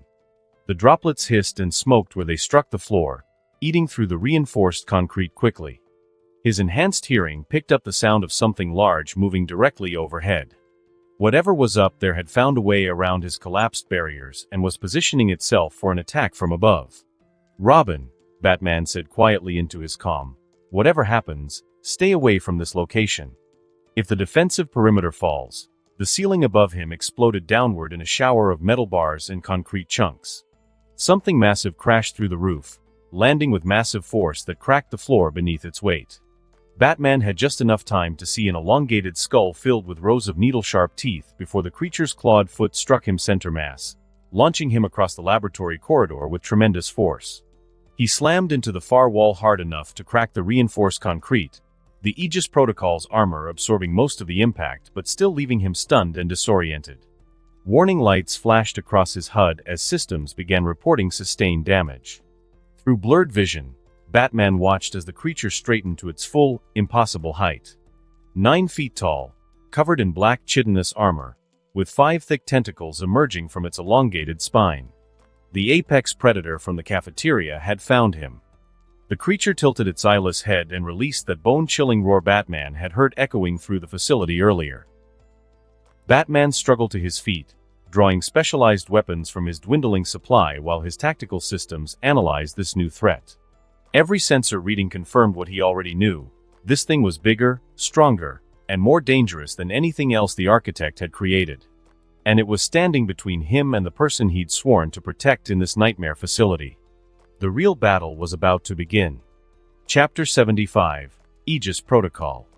Batman rolled backward as the creature's clawed foot crashed into the concrete where he'd been lying, sending chunks of debris flying. Although it had no eyes, the creature moved flawlessly. Its eyeless head followed his every step accurately, while 5 tentacles coiled and uncoiled like snakes, feeling through the air. Aegis Protocol, full defensive configuration, Batman commanded through gritted teeth. His armor responded immediately. Plates shifted and expanded across his torso and limbs, creating overlapping layers of reinforced protection. The cape's fabric stiffened into a shield while additional armor segments emerged from hidden compartments in his utility belt. Within seconds, Batman's silhouette had transformed from sleek to an armored fortress. The weight increase was significant, but the enhanced protection would be crucial against such a heavy creature. The creature lunged forward with frightening speed while its razor-tipped appendages swept in wide arcs to break Batman's defenses. The Dark Knight ducked under the first swipe and rolled left to avoid the second, but the third caught him across the chest plate. Sparks flew as claws scraped against reinforced armor. The impact sent Batman sliding backward across the laboratory floor. The Aegis Protocol's enhanced plating held, but the force behind the blow was staggering, easily equivalent to being struck by a speeding vehicle. Armor integrity at 89%, his HUD reported. Recommend maintaining distance engagement. But distance wasn't an option in the confined corridor. The creature's tentacles gave it advantages in ranged combat, while its size and strength made close quarters extremely dangerous. Batman drew a pair of explosive batarangs and hurled them at the creature's center mass. The weapons detonated against the chitinous armor, sending black ichor spraying across the walls, but the creature barely staggered. The creature retaliated by lashing out with two tentacles simultaneously, forcing Batman to dive between them while the appendages crashed into the laboratory door behind him. The reinforced steel buckled and twisted under the impact, and Batman realized with growing concern that his defensive perimeter around Firefly was being destroyed piece by piece. His comms system crackled with Robin's voice. "Batman, I'm tracking your location through the mesh network fragments. I'm coming to assist." "Negative," Batman replied, rolling under another tentacle swipe. "The situation is extremely dangerous. I can handle myself. We just have to keep it busy a little longer until the League arrives." Batman launched himself at the creature's legs, trying to destabilize its footing while avoiding its appendages. The tactic worked momentarily.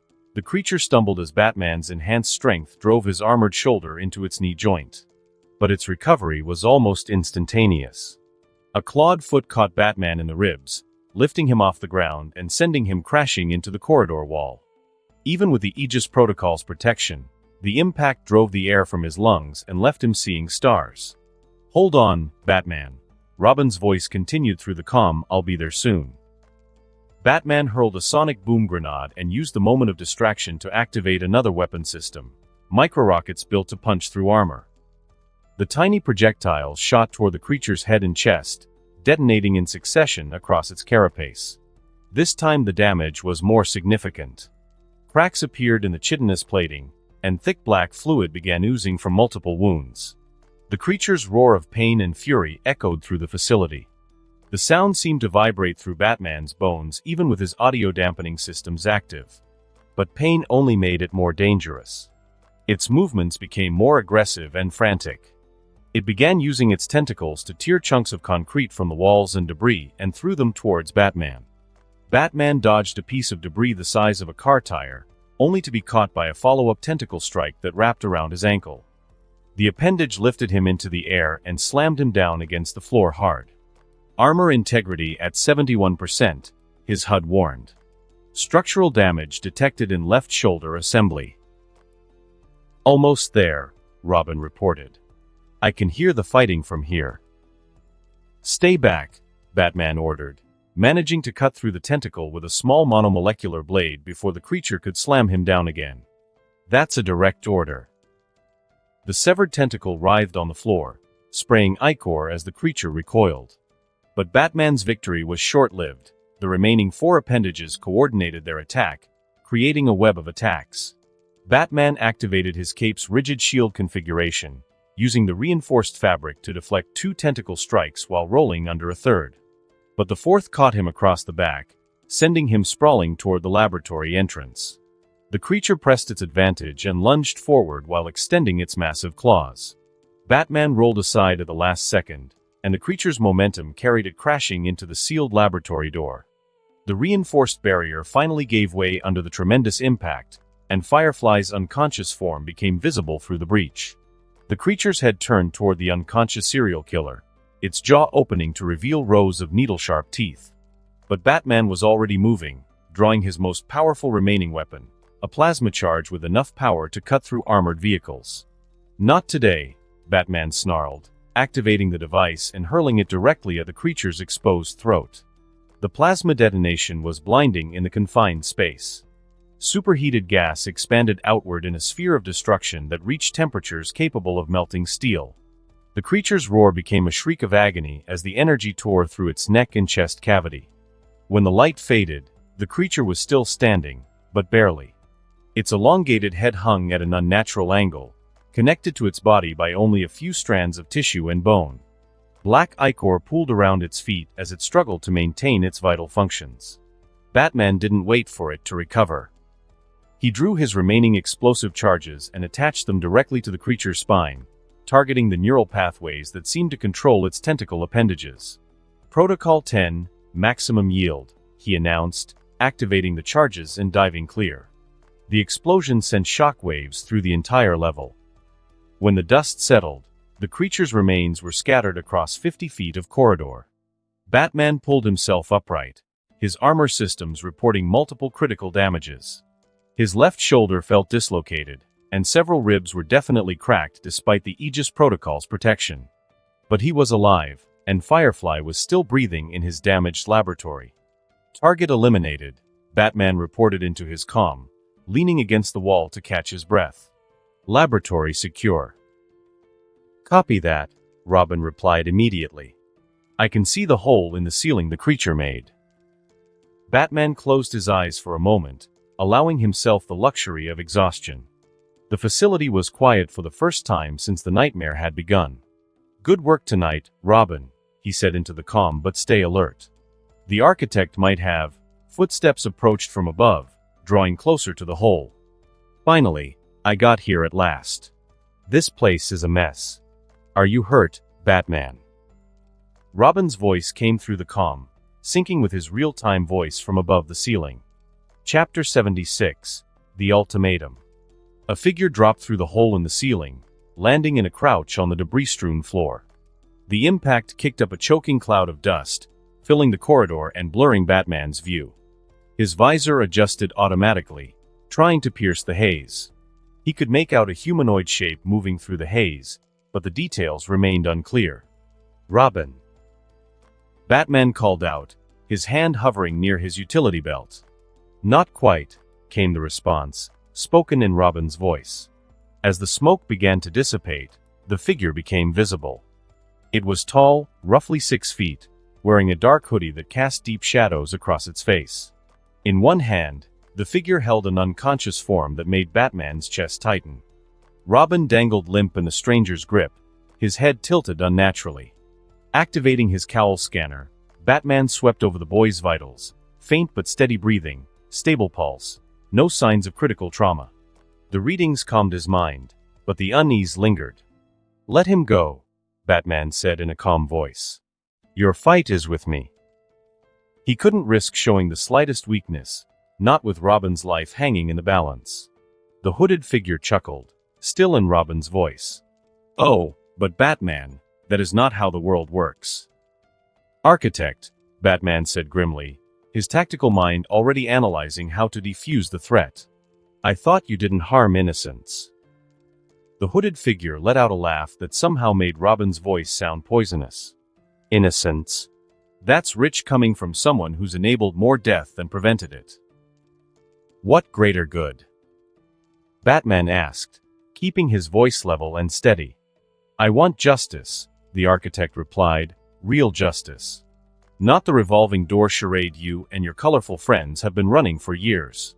I want you to finally do what should have been done the first time you caught the monster sleeping behind you. Batman didn't need to turn around to know the architect was referring to Firefly. The serial killer remained unconscious in the damaged laboratory, protected by the gas Batman had deployed hours earlier. You know I don't kill, Batman said. Find another way to make your point. The architect's grip on Robin shifted slightly, and even unconscious, the boy seemed to react to some unseen pressure. Oh, but that's exactly the problem, isn't it? You don't kill, Superman doesn't kill, Wonder Woman restrains herself, Flash captures them alive, and Green Lantern constructs pretty cages. His voice, still eerily Robin's, grew more animated. You're all so proud of your moral superiority while the bodies pile up. Batman remained silent, but the architect continued his rant. 23 people burned alive in that nursing home, Batman. 23 souls whose last moments were pure agony because you people lack the spine to do what's necessary. How many others could have been saved if you just pulled the trigger the first time Firefly struck? Batman's hand began moving imperceptibly toward a concealed control on his utility belt, a remote trigger for a microdrone positioned in the corridor's ceiling. The device was small enough to avoid detection but powerful enough to create a distraction that might allow him to reach Robin. "I wouldn't do that if I were you," the architect said, noticing the subtle movement. His voice took on a lecturing tone. "You see, Batman, I've been studying all of you so-called heroes for quite some time. The world's greatest detective, they call you. Backups, backups, backups. Paranoid to the point of madness. Contingency plans for everyone and everything. I bet you have contingency plans for every villain you encountered. Why stop with villains? You might have one for all your friends in the league too. Because deep down, you know they're all potential threats." "That's different," Batman started. "Is it?" As he spoke, the architect raised his free hand. Batman watched in alarm as the man's fingers elongated and sharpened, transforming into razor-tipped appendages that gleamed in the emergency lighting. "You prepare to neutralize your own teammates just in case, but you won't eliminate a monster who burns children for entertainment. Explain that moral calculus to me, Dark Knight." Batman froze, his finger millimeters from the activation switch. "I know about the little surveillance device you positioned 12 feet above your current location," the architect continued conversationally. One of his elongated fingers shot upward, striking something in the darkness above. Sparks rained down as Batman's concealed drone exploded in a shower of electronic components. The architect's grip on Robin tightened, and the unconscious young hero let out a small sound of discomfort. Batman's jaw clenched as he recognized the implicit threat. "Let's try to de-escalate the situation," Batman said, raising his hand slightly in a gesture of non-aggression. "You want justice for the victims of violent crime. I understand that motivation. But killing Firefly won't bring those people back. It won't prevent future crimes. It will just make another murderer." "Killing him won't bring them back," Batman replied grimly. "No, but it will prevent him from burning down another building full of innocents next month. Or next year. Because we both know Arkham's revolving door will spit him back out eventually." The architect's voice grew more passionate. "Your Justice League has enough firepower to level continents, but you use it to play catch and release with mass murderers. If even a small-time criminal can bribe a judge to get out of prison, what's stopping the powerful like you from ensuring they never go out? So, spare me the philosophy lecture, Batman," the architect replied, his voice hardening. "I've heard all the arguments about rehabilitation, about the possibility of redemption, about the moral high ground." The architect began pacing slowly, keeping Robin positioned between himself and Batman like a human shield. "Do you know what it's like to listen to a 90-year-old woman begging for help while her skin melts off her bones? Do you know what it sounds like when someone's lungs fill with superheated air and they can't even scream anymore?" "I've seen Firefly's victims," Batman replied grimly. "I know the damage he's done. But becoming a killer won't honor their memory." "How do you know that, Batman? Did they tell you from the grave?" the architect asked, stopping his pacing to stare directly at Batman. "Or are you just afraid that once you cross that line, you won't be able to stop? Are you afraid that deep down, you know I'm right?" Batman's tactical systems were running continuous analysis of the situation, calculating angles of attack, response times, and probability matrices for successful rescue attempts. But every scenario ended with Robin in immediate danger. "Here's what's going to happen," the architect continued, his voice taking on the cadence of someone delivering an ultimatum. "You're going to wake up Garfield Lynns. You're going to look him in the eyes. And then you're going to do what should have been done years ago." "And if I refuse?" The architect's elongated fingers pressed against Robin's throat, drawing tiny beads of blood. "Then this boy dies for your principles. And his blood will join the blood of every future victim your moral cowardice causes. How's that for a legacy, world's greatest detective?" Batman could see the microcuts appearing on Robin's neck where the sharpened appendages touched flesh. Tiny beads of blood began forming along the shallow wounds. "You have 30 seconds to decide," the architect said, his borrowed voice carrying a note of finality. "Kill the monster, or watch your protege die for your principles." Batman's mind raced through possibilities, contingencies, and desperate gambles that might save Robin without compromising everything he stood for. 20 seconds, the architect announced.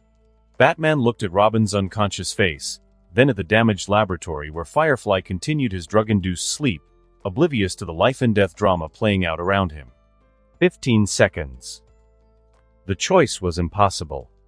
Save Robin and become the very thing he'd spent his life fighting against, or maintain his moral code and watch an innocent young hero die for his principles. 10 seconds. 5 seconds. "I need more time," Batman said finally, his voice heavy with the weight of an impossible decision. The architect smiled under the hood, and the expression was more terrifying than any monster Batman had faced in the facility. Notes: you guys might be confused about the radical behavior change. All I can say is bear with it for a while. Chapter 77, Nightmare. "I need more time," Batman said finally, his voice heavy with the weight of an impossible decision. The architect smiled, and for a half-second the expression folded into something that belonged to another memory, wilder, clown-faced, laughing in madness. "Time? You've had years to learn this lesson, Dark Knight." Batman's eyes remained fixed on Robin's unconscious form, and for a moment, the present seemed to blur with the past. The limp body in the villain's grip, the helpless position, the ultimatum. It was Jason all over again. Jason Todd, the second Robin, was beaten to death by the Joker while Batman arrived too late to save him. The memory hit him hard. Jason's broken body in that warehouse in Ethiopia. The Joker's maniacal laughter echoing through the rubble. The knowledge that he had failed, that his moral code had cost him someone he was supposed to protect. "Tell you what," the architect said, his voice cutting through Batman's reverie. "For all your service till now, I will give you some more time." Batman's jaw relaxed slightly. 25 seconds, the architect announced, his elongated fingers tightening slightly around Robin's throat. Batman forced himself to focus on the present moment, pushing down the memories that threatened to overwhelm him. He couldn't save Jason, that failure would haunt him forever. But Tim was still alive and breathing. There had to be another way. "You want me to kill Firefly to save Robin," Batman said slowly, buying himself precious seconds to think. "But how do I know you'll honor that bargain? How do I know you won't kill him anyway once I've crossed that line?" The architect tilted his head, considering the question. "You don't. But it is certain what happens if you refuse. This boy dies." 20 seconds. Batman's mind again raced through possibilities, any ways to escape this tough scenario. He still had some freeze grenades. If he could freeze some architect's arm— "I can hear your mind working, Batman," the architect interrupted. "Calculating odds, planning desperate gambits. But here's the thing about moral absolutes, sometimes they demand absolute sacrifice." The creature's grip on Robin shifted, and Batman noticed something he'd missed before. Robin's utility belt was partially visible, and one of the pouches appeared to be slightly open. Had Tim managed to activate something before being captured? Was he more conscious than he appeared? 15 seconds. "You talk about sacrifice," Batman said, keeping his voice steady while his heart hammered against his ribs. "But what about the sacrifice of becoming a killer? What about the sacrifice of everything I've worked to build? If I kill Firefly, I become no different than the criminals I fight." The architect laughed. "Different? You already have blood on your hands, Batman. Every person the Joker kills after you capture him will agree with me. Don't you realize how many lives are lost just because the villains want to play games with you?" The words hit their mark, finding the guilt that Batman carried like lead in his chest. It was the argument he'd wrestled with countless times in the dark hours before dawn, the question that haunted every decision he made. 10 seconds. Batman's hand moved subtly toward his utility belt, fingers finding a freeze grenade. It was a desperate play. The corridor was too narrow and the architect's hand wrapped around Robin's throat. "I see you, Batman," the architect warned. "Any sudden movement, any attempt at heroics, and this boy's neck snaps instantly." 5 seconds. The memories crashed over Batman again, Jason's funeral and the empty uniform he kept in the cave, which served as the constant reminder of his greatest failure. He couldn't let it happen again. He couldn't lose another Robin. But the alternative was unthinkable. If he killed Firefly, he would cross a line that could never be uncrossed. He would become exactly what Gotham needed protection from, a vigilante who decided who lived and died based on his own judgment. 4 seconds. Batman's vision seemed to fragment, present and past overlaying each other in a dizzying kaleidoscope of guilt and determination. Robin's unconscious face stirred memories of another time, another failure. The architect's elongated fingers became instruments of death in his mind. 3 seconds. "Wait." Batman called out, his voice cracking with desperation he couldn't hide. "You want to teach me a lesson about the cost of mercy? Then let me make a counteroffer. Take me instead. Kill me, not him." The architect paused, his countdown stopping as he considered this unexpected development. Interesting. The great Batman, offering his life for his protege. How noble. How pointless. 2 seconds. "It's not pointless," Batman said urgently. "You want justice? You want to end the cycle of catch and release? Then eliminate the source. Without Batman, none of the problems you mentioned will exist." The architect's grip on Robin remained steady, but Batman could see the creature considering his words.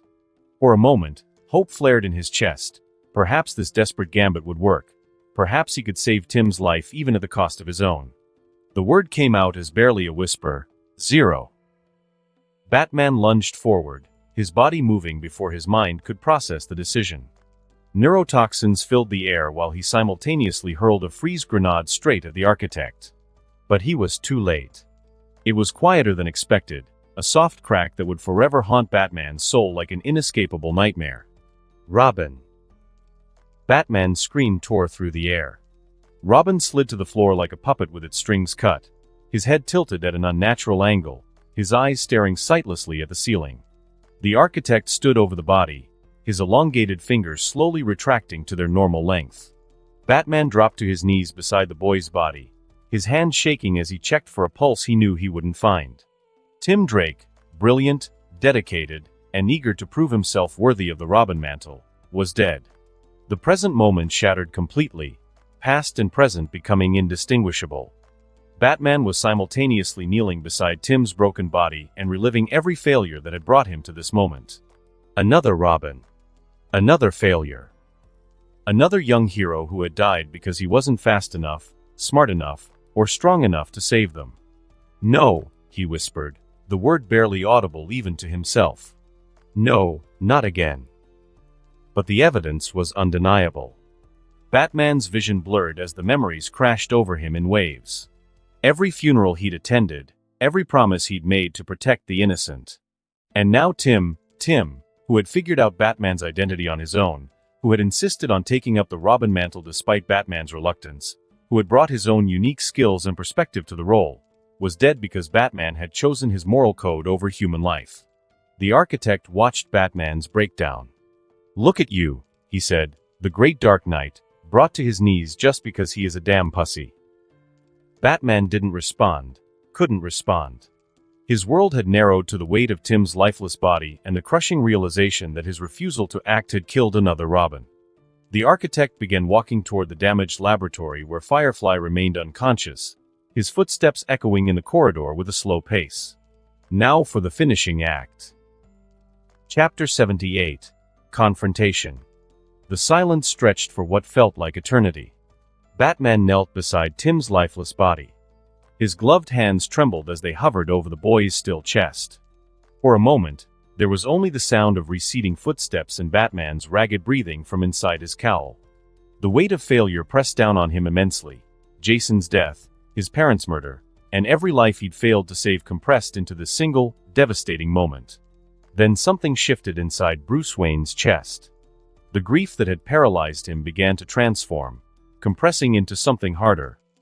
Something that had been held in check by years of discipline and moral restraint. Pure, undiluted rage. Batman's head lifted slowly, his eye lenses fixed on the architect's retreating form. The creature was walking casually toward Firefly, hands clasped behind his back as if he hadn't murdered a 17-year-old boy in cold blood. Architect. Batman's voice exploded through the corridor. The creature stopped and turned. Ah, there we are.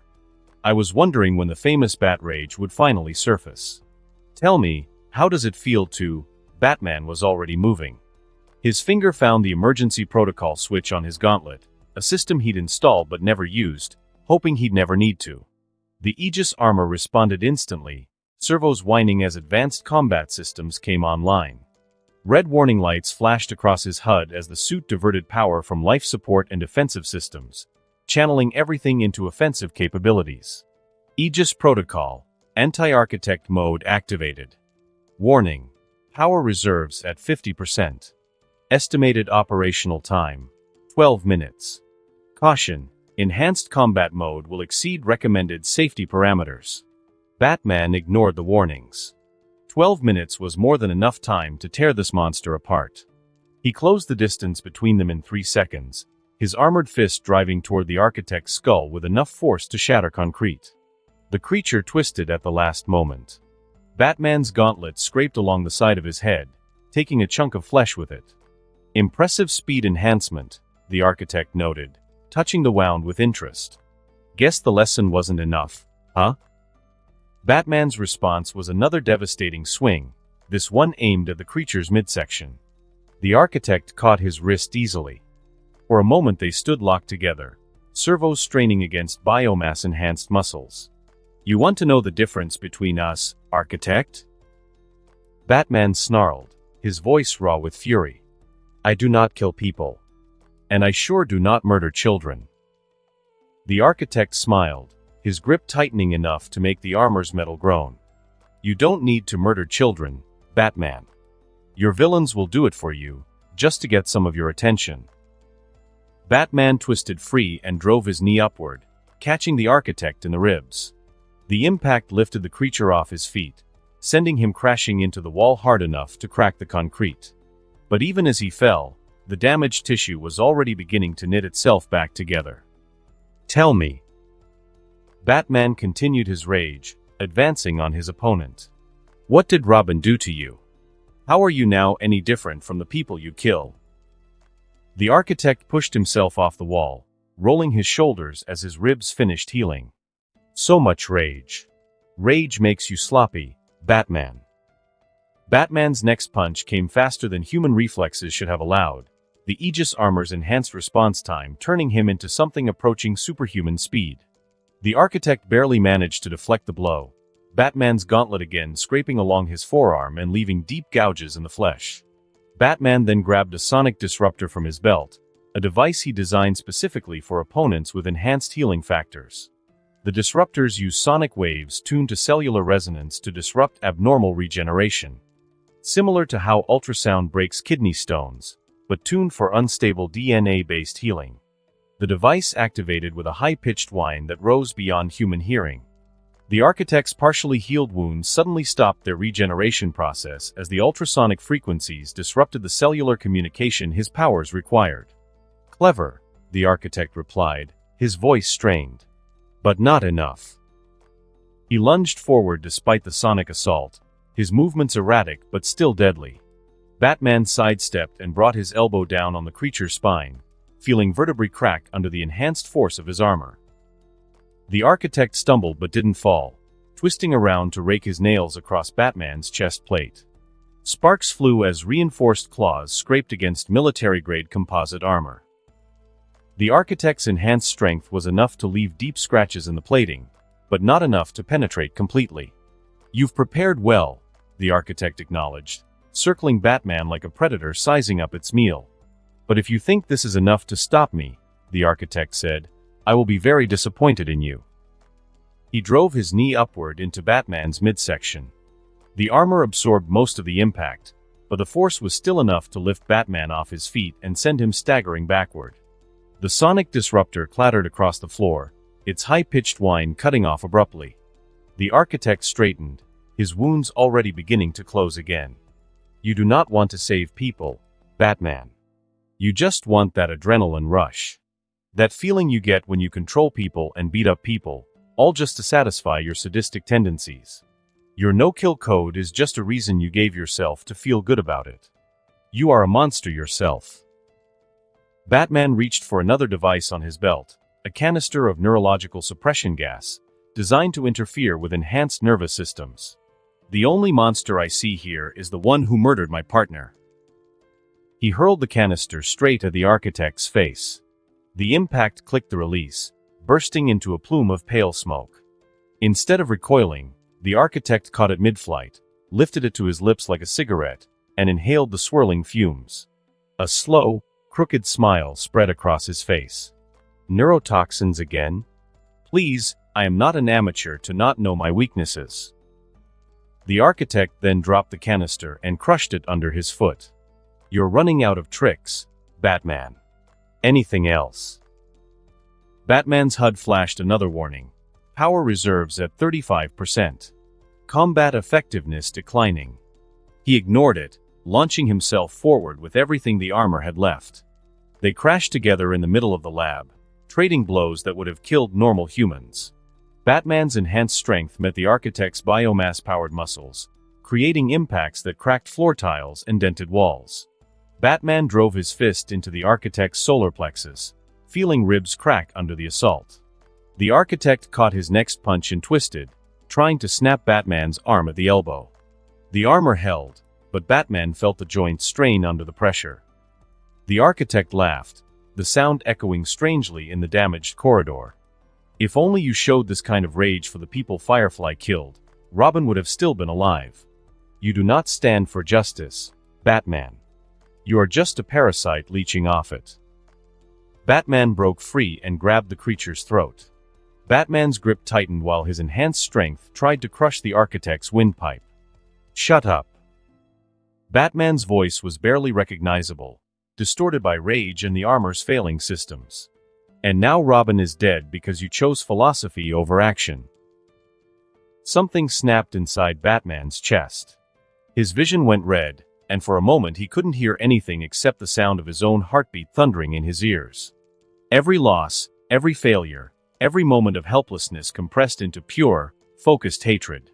Batman saw Tim's body lying motionless in his peripheral vision, and the rage detonated. He released the architect's throat and stepped back, reaching for his freeze gun, a weapon he developed for opponents who couldn't be stopped through normal means. The architect staggered back, gasping for air. Still, can't do it. I don't need to kill you, Batman said, his voice steady despite the fury still burning in his chest. I just need to stop you. The freeze gun activated with a sharp hiss, releasing a stream of liquid nitrogen-based compounds that began crystallizing around the architect's legs. He tried to move, but the rapidly expanding ice held him in place. Clever, the architect acknowledged, watching the ice creep up his torso. But ultimately pointless. We'll see about that. Batman adjusted the freeze gun settings, intensifying the chemical reaction. The ice spread faster, reaching the creature's chest and beginning to encase his arms.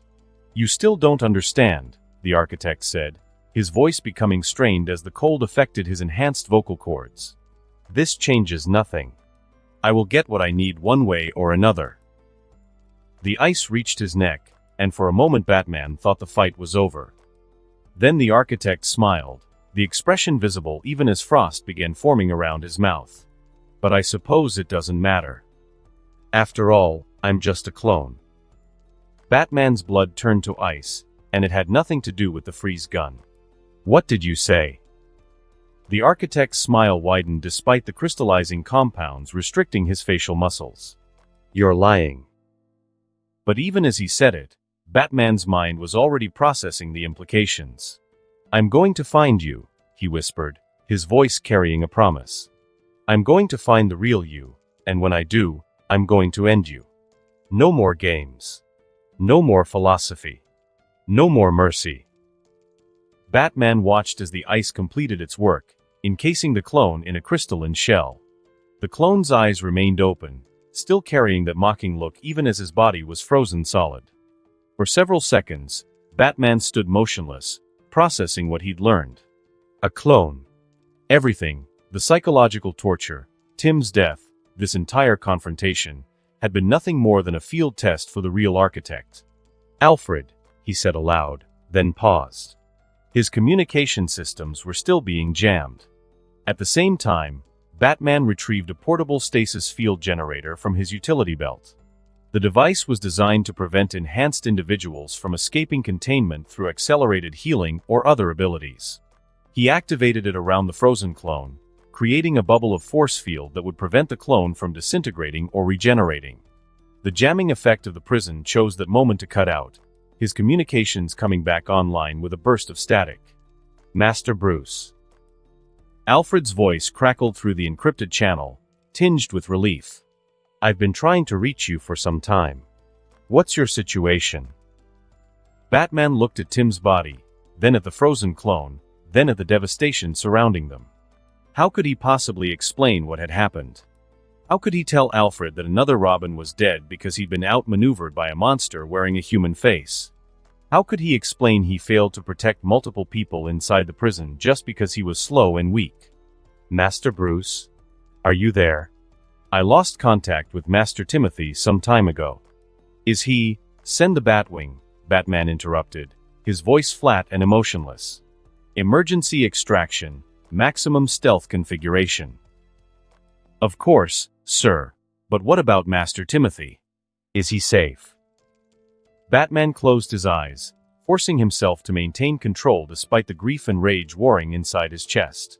When he opened them again, his gaze fixed on the frozen clone. "I'll explain everything at the cave, Alfred.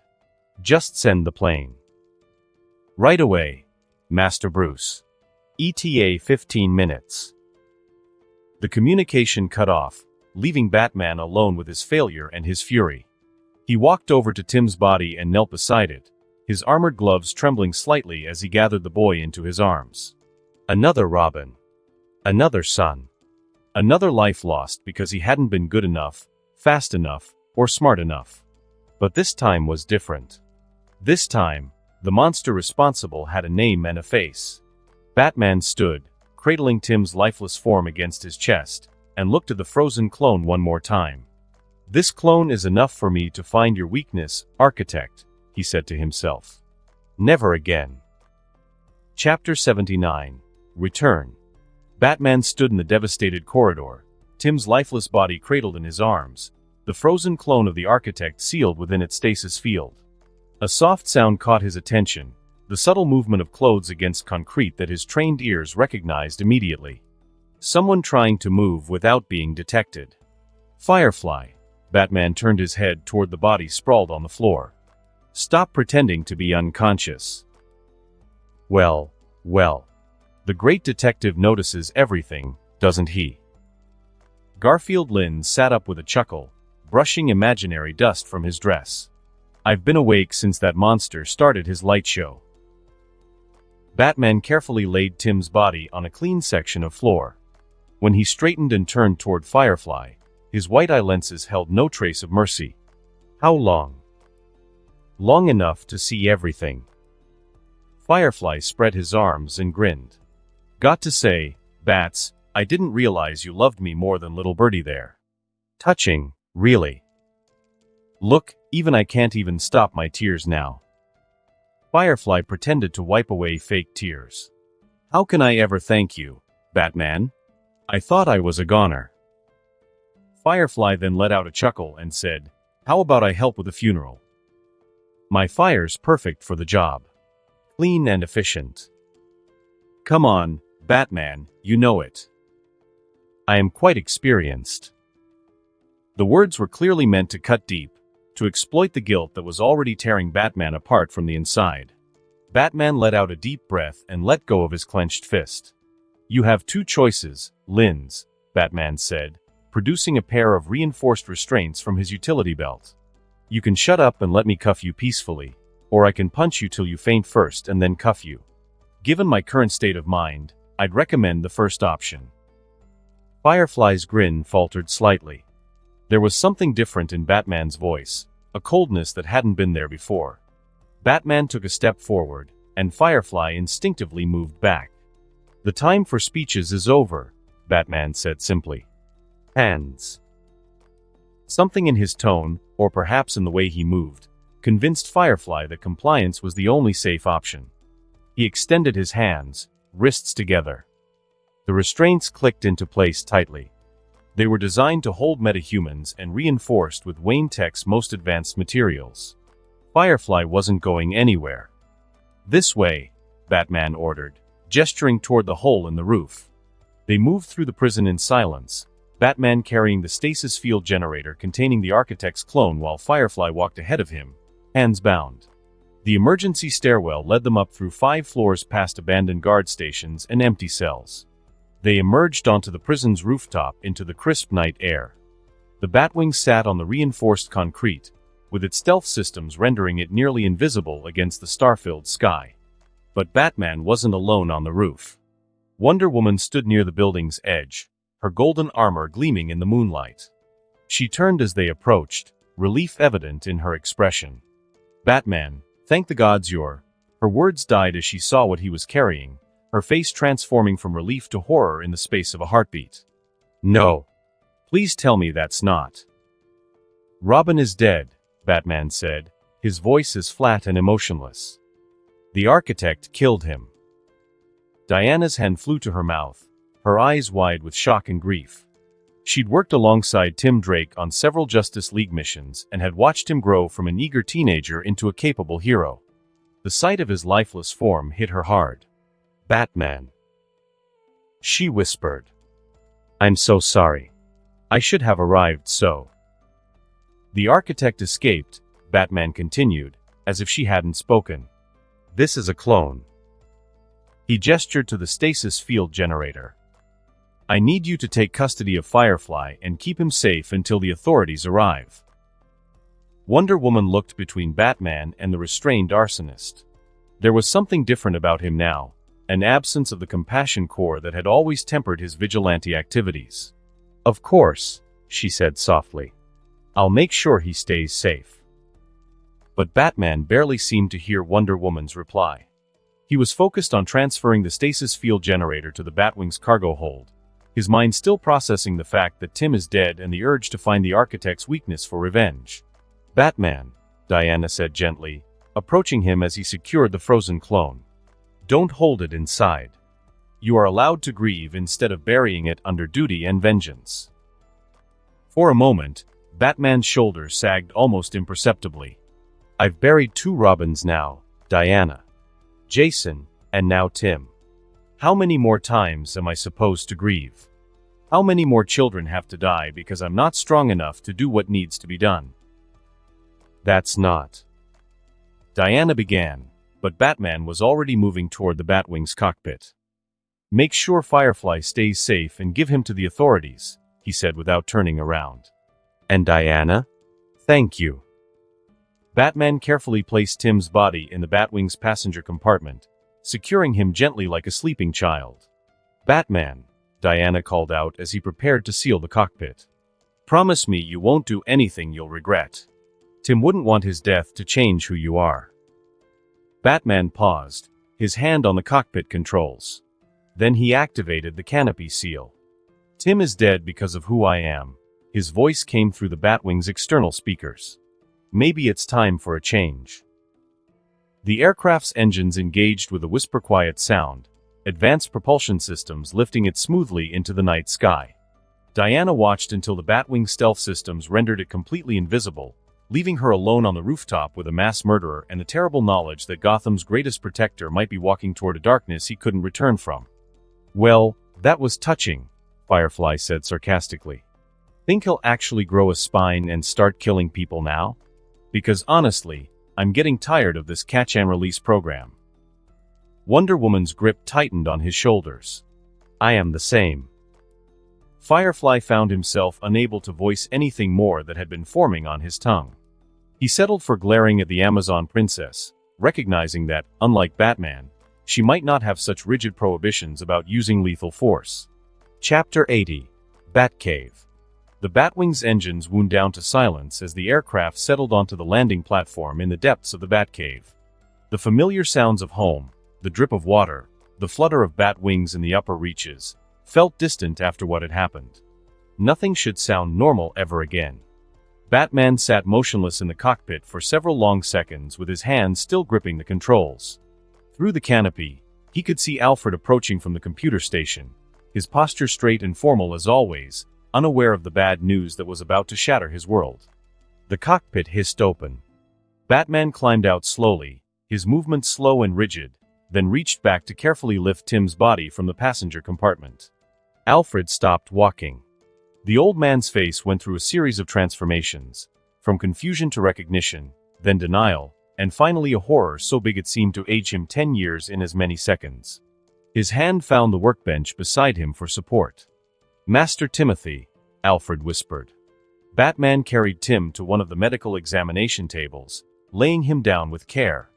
He arranged the boy's hands across his chest.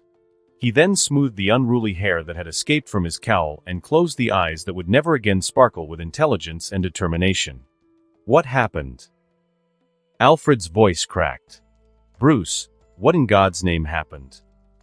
Batman turned back to the Batwing, retrieving the stasis field generator containing the architect's clone. The device hummed softly as he set it on another examination table. "The architect killed him," Batman said. "Used him as leverage to try to force me to execute Firefly. When I refused, he snapped Tim's neck." Alfred's legs gave out. He sank into a nearby chair, his face buried in his hands. For several moments, the only sound in the cave was the old man's labored breathing as he fought to process what he'd been told. "You refused," Alfred repeated slowly, raising his head to look at Bruce. "The monster had a gun to that boy's head, and you refused?" "It wasn't a gun. And I tried to negotiate, tried to find another way. He was your responsibility, Bruce." Alfred's voice exploded through the cave, decades of suppressed emotion finally breaking free. "That psychopath Firefly has killed plenty of innocent people. And when faced with a choice between that monster's life and Timothy's, you chose the monster." Batman's jaw clenched. "I don't execute people, Alfred. That's not who we are." "Who are we?" Alfred stood, his hands shaking with fury. "First Jason, now Timothy, and you stand there talking about who we are. They were your responsibility, Bruce. Is your costume more important to you than your family?" The words hit harder than any physical blow the architect had landed. Batman felt something crack inside his chest, a foundation that had held firm through decades of loss and trauma suddenly showing hairline fractures. "I tried to save him," Batman said quietly. "I offered myself instead. I fought the architect with everything I had." "You know those are just excuses, Bruce." Alfred shot back, tears streaming down his weathered cheeks. "You wouldn't do the one thing that might have saved his life. And now that brilliant, brave, wonderful boy is dead because you were more concerned with your soul than his life." Batman absorbed the blow, feeling each word. Alfred wasn't wrong. That was the worst part. Every criticism and every accusation was justified. "Where are the others?" Batman asked, changing the subject before the conversation could destroy what was left of his resolve. "Stephanie? Dick?" Alfred wiped his eyes with the back of his hand, struggling to regain his composure. "They are still on patrol. Do you want me to call them back?" "No." The response was immediate. "Don't contact them. Not yet." "Bruce, they have a right to know." "Yes, just not now," Batman interrupted. "I need some time to process this, Alfred." Alfred stared at him for a long moment, then nodded slowly. "What will you tell them when they return?" Batman didn't answer. Instead, he moved toward the cave's central computer system. "I need to analyze this clone. There might be information we can use to track the original." "Master Bruce," Alfred called after him. His voice was gentle now that the anger was burned away by grief. "You can't bury this under work. You can't pretend that analyzing evidence will bring him back or make this hurt less. Batman's fingers flew over the computer's interface, calling up diagnostic programs and molecular scanners. But I can make sure it doesn't happen again. Batman paused, his hands hovering over the keyboard. In the reflection of the computer screen, he could see Tim's body lying on the examination table behind him, still and peaceful in death. Batman initiated the scanning sequence, advanced sensors beginning their analysis of the frozen clone. The computer chimed softly, indicating that preliminary scans were complete. Batman pulled up the results. "What is this?" he murmured, his detective instincts temporarily overriding his emotional turmoil. "What is it?" Alfred approached reluctantly, drawn by the change in Batman's tone. "The clone's molecular structure is more complex than I initially thought."